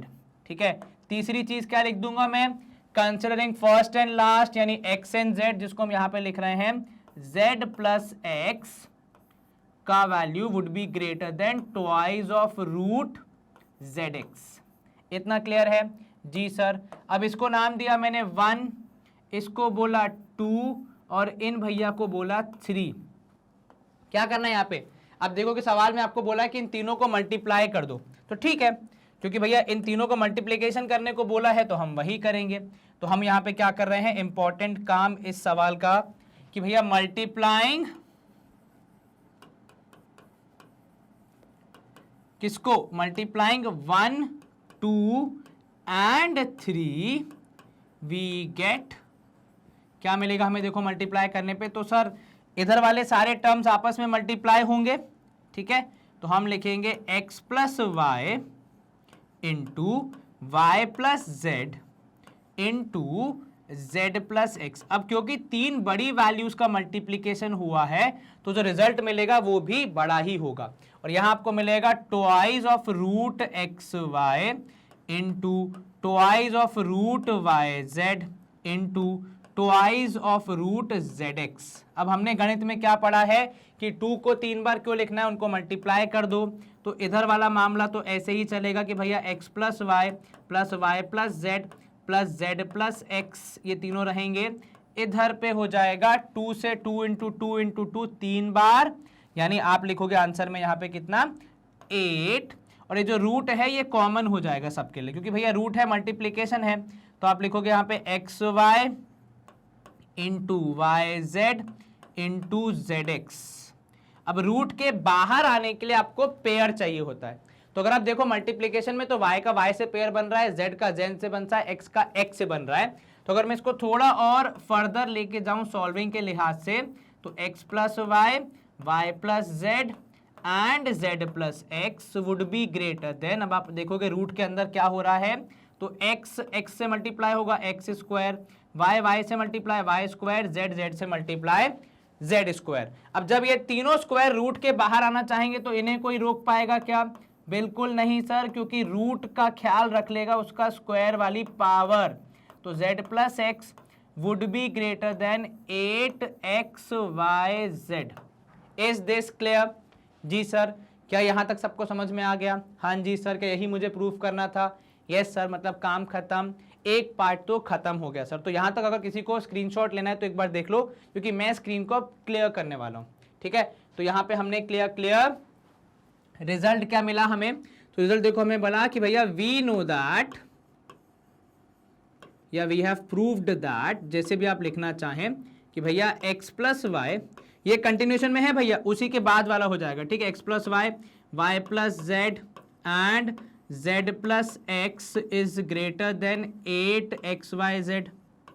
ठीक है, अब देखो इसके आगे हम क्या बोलेंगे भैया, नाउ अकॉर्डिंग टू क्वेश्चन, सवाल के हिसाब से वो बोल रहे हैं कि x plus y plus z is equal to 1। ठीक है, we can also say that कि यहाँ पे देयरफॉर हम बोलेंगे कि अगर आप निकालना चाहें तो x plus y would be equal to 1 minus z, right? क्योंकि अगर मुझे x प्लस वाई को अगर रिप्लेस करना हो ऐसी किसी वैल्यू से तो वहीं भेजना पड़ेगा, राइट? फिर अगर मैं y प्लस जेड की वैल्यू निकालूं तो यहाँ से मुझे मिलेगा 1 माइनस एक्स। फिर अगर मैं z प्लस एक्स की वैल्यू निकालूं तो मुझे मिलेगी 1 minus Y.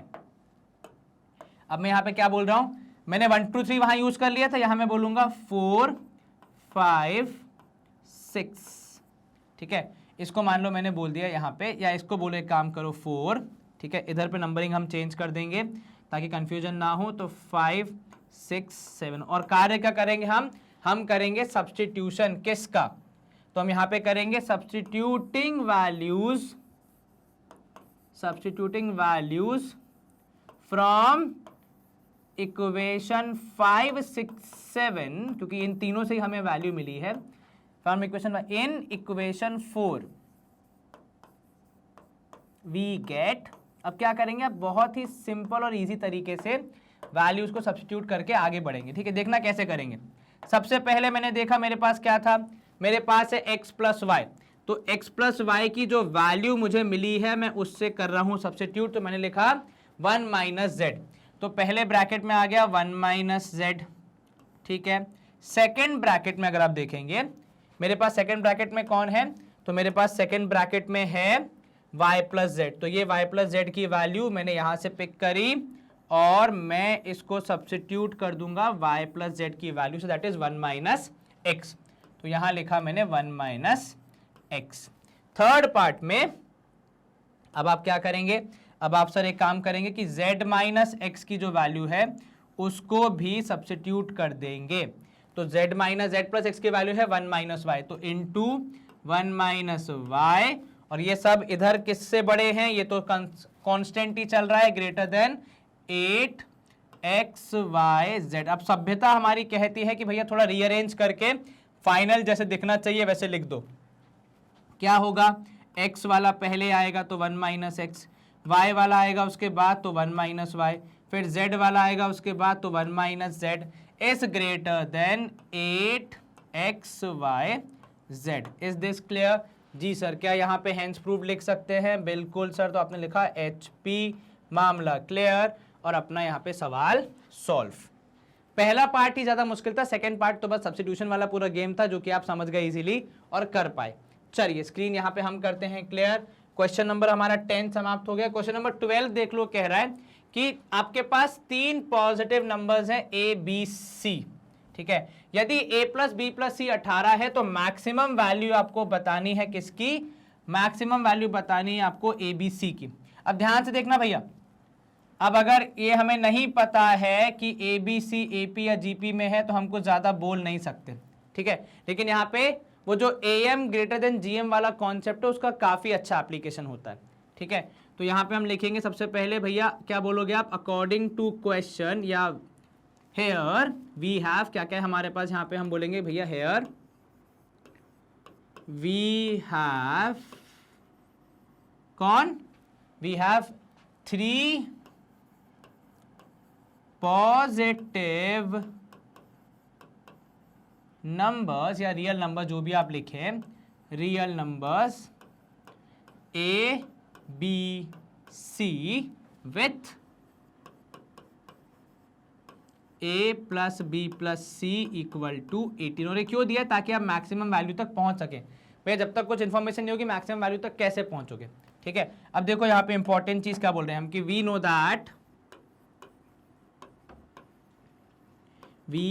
That am is greater than gm। और ये पता है कब होता है, ये सिर्फ 2 ही नंबर्स के लिए एप्लीकेबल नहीं होता है, ये 3 नंबर्स के लिए भी एप्लीकेबल होता है, ठीक है। तो इसका मतलब अगर मैं ए बी सी का am निकालूं, दैट इज कैसे निकालते हैं हम am, अर्थमेटिक मीन सर तीनों को ऐड करके डिवाइड बाय 3 कर देंगे। क्यों, क्योंकि जब हम 2 का निकालते हैं am तो a प्लस बी बाय 2 करते हैं, क्योंकि यहाँ 3 है तो तीनों का यहाँ पे divide by 3 would be greater than, अब gm क्या है यहाँ पे है, अब ग्रेटर देन इक्वल टू का साइन यूज कर लो, ज्यादा बेटर है, ठीक है। तो यहाँ पे भी आपने लगा लिया इक्वल टू का साइन। अब gm क्या हो जाएगा, तो ये हो जाएगा देखो स्क्वायर रूट नहीं, cube root of A B C. Is this clear? जी sir. a plus B plus C की वैल्यू आपको पता है 18, maximum value of A B C आपको पता करनी है ना, तो 18 divide by 3 would be greater than या फिर इक्वल टू, यहां पे आप कहोगे ए बी सी की power 1/3। Is this clear? Yes sir. तो यहां पे आप देखोगे तो 18 डिवाइड बाय 3 हो जाएगा, 6 की वैल्यू बड़ी है या बराबर है किसके, ए बी सी की पावर 1/3 से, ठीक है। अब अगर आप क्या बोलोगे, अब आप बोलोगे कि क्यूबिंग बोथ साइड्स,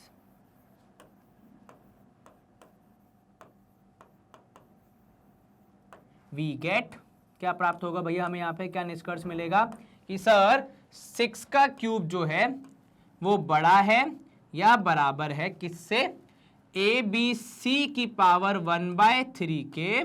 ये 1/3 की पावर ये कहाँ से, ये तो हमारे जीएम के फॉर्मूला से आई थी, और ये आया क्यूब करने से। हुआ क्या, ये दोनों पावर कैंसल, 6 का क्यूब आया 216, बड़ा है या बराबर है किसके, ए बी सी के मल्टीप्लीकेशन के। अब इसको समझना है, सेंटेंस का मतलब क्या हुआ। इस सेंटेंस का मतलब हुआ कि जब आप ए बी सी को मल्टीप्लाई करेंगे तो मल्टीप्लाई करते करते आपका जो भी आंसर आएगा वो या तो 216 से कम होगा या 216 के बराबर होगा, पर 216 के बियॉन्ड नहीं जा पाएगा, 216 के आगे नहीं जा पाएगा। 216 के आगे न जा पाएगा, इसको हम नॉर्मल भाषा में कैसे कहेंगे कि आप क्योंकि 216 के आगे नहीं जा सकते तो आपकी सबसे बड़ी पॉसिबल वैल्यू क्या है, 216 है। तो maximum value of A B C is 216 की, इससे आगे आप नहीं जा सकते, चाहे आप कैसा भी कॉम्बिनेशन ले लो। हाँ, इस कंडीशन को सेटिस्फाई करने वाला कॉम्बिनेशन ही होना चाहिए।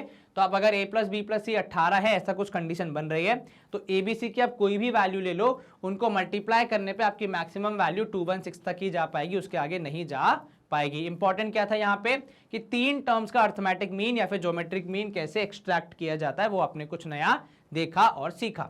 चलिए यहाँ पे हम कर रहे हैं स्क्रीन को clear and let's move to next question. चलो last question of the session, probably example number 12 और I think best of the lot, जहां पे आपको एक बचपन में आपने कॉन्सेप्ट पढ़ा है मैथमेटिक्स का, जो मैं अभी से आपको हिंट दे रहा हूं, कंपोनेंडो डिविडेंडो, वो लगेगा और एक नहीं शायद 2-2 बार लगेगा, तब इस सवाल को अपन निपटा पाएंगे, ठीक है। तो घबराना नहीं है, अपने आप को बिल्कुल एकदम मजबूत रखना है और जहां समझ में ना आए वहां पे थोड़ा सा ध्यान देना है, ठीक है। देखो सबसे पहले क्या बोल रहा है कि आपको ये दिया है भैया सवाल में, जानकारी आपके पास गिवन में ये है कि 2 नंबर्स का, 2 डिस्टिंक्ट नंबर्स का अर्थमेटिक मीन, ठीक है, नंबर्स आपको दिए a and B, is twice as much as GM, और वहां से आपको ये रेशियो निकाल के देना है। चलिए शुरू कैसे करेंगे, क्योंकि उन्होंने खुद ही बोल दिया नंबर ए एंड बी है तो हमें लिखने की जरूरत नहीं, तो हम सीधे लिखेंगे अकॉर्डिंग टू क्वेश्चन, ठीक है, अर्थमेटिक मीन ऑफ किसका, arithmetic mean of A comma b, ये लिखा मैंने, arithmetic mean of A comma b is twice the geometric mean of A comma b, right. A comma b का जो arithmetic mean है वो ज्योमेट्रिक मीन का twice है। अब यहां समझना अर्थमेटिक मीन का फॉर्मूला होता है ए प्लस बी बाय 2, राइट। इसमें कोई दिक्कत जरा सी भी नहीं सर। अर्थमेटिक मीन का फॉर्मूला क्या होता है भैया, ए प्लस बी बाय 2, और ज्योमेट्रिक मीन का फॉर्मूला क्या होता है, तो सर वो होता है, ये 2 तो पहले से ही है सवाल में, ज्योमेट्रिक मीन को हम बोलते हैं रूट ऑफ ए बी, ठीक है। अब सबसे इंपॉर्टेंट स्टेप जो यहां पे आता है, जिसमें कि हम में से बहुत लोग अगर सही से नहीं देखेंगे तो हम लोग अटक जाएंगे, वो ये कि इस रूट ऑफ 2ab को नीचे ले आओ, तो a plus b upon 2 root a b, ये 2 पहले से था, मैं रूट ऑफ ए बी को नीचे लेके आया, इज इक्वल टू 2 अपॉन 1। अब ये स्टेप में लोग अटकते हैं, क्योंकि बहुत बार हम क्या करते हैं, देखो कि यार नंबर्स को एक साथ कर दो, वेरिएबल्स को एक साथ कर दो, ये हमारा नॉर्मल प्रैक्टिस होता है। तो उस केस में आप क्या करोगे, बहुत बार आप इसके बाद जो अगला स्टेप लोगे वो होगा a plus b upon root of A B is equal to 4 upon 1 लिख दोगे, एंड ट्रस्ट मी इससे आपको कुछ रिजल्ट नहीं मिलने वाला है, उल्टा आप परेशान ही होगे कि सर अब आगे क्या करें। तो इसीलिए ये स्टेप इंपॉर्टेंट हो जाता है कि यहाँ पे किसको कितना भेजना और कहाँ भेजना है, ये हम यहाँ पे लर्न करते हैं। और एक बार आप इस टाइप के क्वेश्चन कर लोगे फिर आपको समझ में आ जाएगा कि कैसे मामला चल रहा है। अब यहाँ देखना मैंने क्या कहा था, क्या लगाएंगे, कंपोनेंडो डिविडेंडो, तो यहाँ पे हम वही करेंगे कि applying what, applying C and D, यानी componendo dividendo, we get what is this componendo dividendo का कॉन्सेप्ट। सर ये कहता है आपसे कि जो आपका फ्रैक्शन है, मतलब अगर आपके पास दोनों पक्षों में फ्रैक्शन है, तो अगर आप एक बार न्यूमरेटर का डिनोमिनेटर के साथ एडिशन करते हैं, ठीक है, और अगर नीचे उन्हीं का आप सब्ट्रैक्शन करते हैं, ठीक है, तब उस केस में जो आपका रिजल्ट होगा वो भी सेम प्रैक्टिस करेगा, यानी ऊपर आप एक बार उनको ऐड कर सकते हैं और नीचे एक बार माइनस कर सकते हैं। Is this part clear? फिर से क्या कहता है कंपोनेंडो डिविडेंडो, कंपोनेंडो डिविडेंडो कहता है कि मान लो आपके पास दो फ्रैक्शन है, p by q is equal to a by b. अगर मैं कंपोनेंडो डिविडेंडो लगाता हूं तो वो कहता है कि एक बार आप अगर न्यूमरेटर डिनोमिनेटर को ऐड कर दें और एक बार सब्ट्रैक्ट कर दें, तो सेम प्रैक्टिस आप वहां पे भी करेंगे तो भी आपका आंसर नहीं हिलेगा, मतलब चीजें बराबर ही रहेंगी, ठीक है। इसका एडवांटेज क्या होगा, आपने लगा तो दिया, लेकिन इसका एडवांटेज क्या होगा वो आपको देखना है। यहाँ पे देखो बेसिकली मेरा जो पूरा पर्पस है सवाल को सॉल्व करने का वो सिर्फ इतना सा है कि हम किसी तरीके से इंडिविजुअल ए और बी लेके आ जाए, हम उसी के लिए मेहनत करें, वरना तो ऐसा कुछ खास काम है नहीं हमारा यहाँ पे। चलिए अब यहाँ देखना, जो a प्लस बी ब्रैकेट के अंदर उसको मैं थोड़ा अलग तरीके से लिख रहा हूं, मैं लिख रहा हूं रूट ऑफ a का whole square plus root of b का होल स्क्वायर, ठीक है, plus 2 into root a into root b. बहुत डिटेल में लिखा है मैंने जानबूझ के, मुझे पता है आप में से बहुत लोग बोलेंगे सर आपने हमें चौथी पांचवी का बच्चा समझा है जो आप इतना डिटेल में लिख रहे हो, पर देखो कोई भी स्टेप या अंडरस्टैंडिंग पार्ट में गलती नहीं होनी चाहिए। नीचे भी मैंने अलग अलग कर दिया, तो रूट ऑफ a का होल स्क्वायर प्लस यहाँ पे आया रूट ऑफ b का whole square minus 2 into root a into root b, ये हमने अलग अलग कर दिया। और इधर पे इसको सॉल्व करेंगे तो 2 प्लस 1 आ गया 3, 2 माइनस 1 आ गया 1। Is this clear?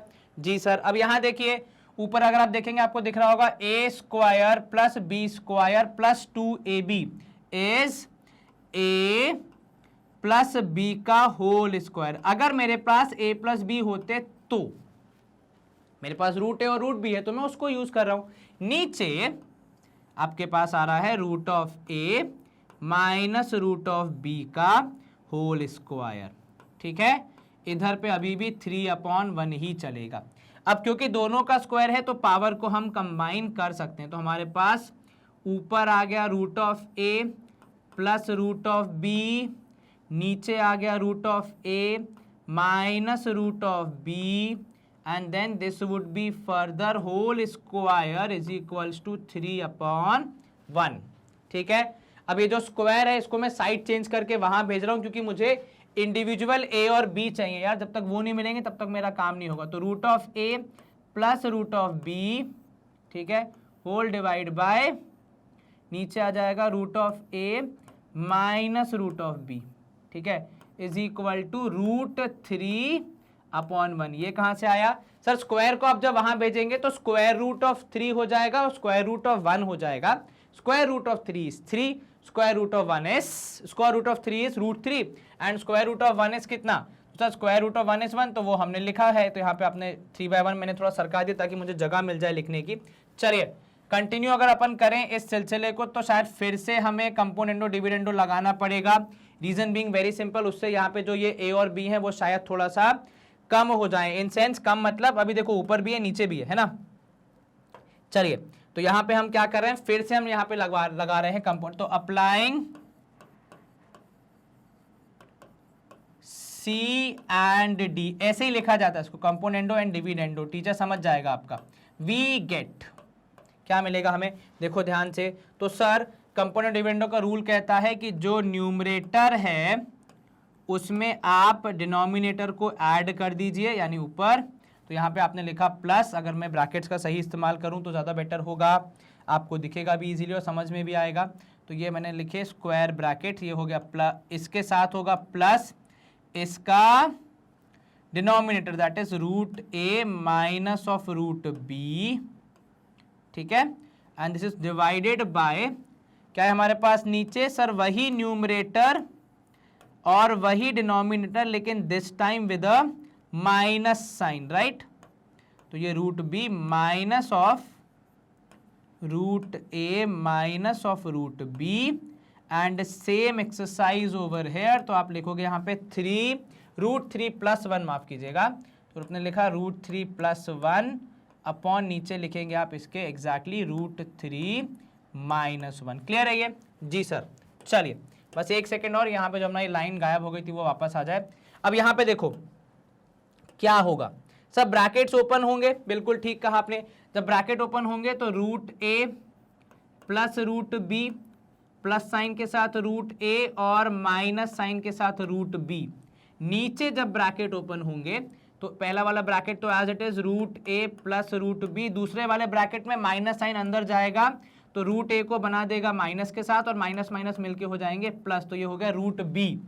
इधर √3+1 अपॉन √3-1। वैसे तो मुझे इसे भी रैशनलाइज करना ही पड़ेगा कभी ना कभी, पर पहले मैं एक तरफ का पार्ट निपटा लूं फिर दूसरी तरफ आऊंगा। क्या है, ज्यादा नाव में पैर रखने से अपन कई बार डूब जाते हैं। √b positive negative cancel, √a positive negative cancel. What do we have as results?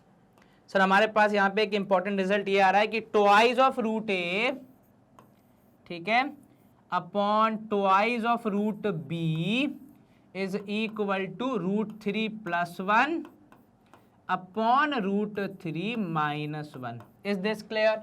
Ji sir. अब यहां देखो ये जो 2 है आगे दोनों के, इसको अपन कैंसिल कर दें क्या? बिल्कुल कर दीजिए सर। तो जैसे ही आप 2 से 2 कैंसिल करेंगे आपके पास आएगा √a अपॉन √b, जो रिजल्ट होना चाहिए, जो कि प्रोबेबली लास्ट सेकेंड स्टेप होगा हमारे इसका।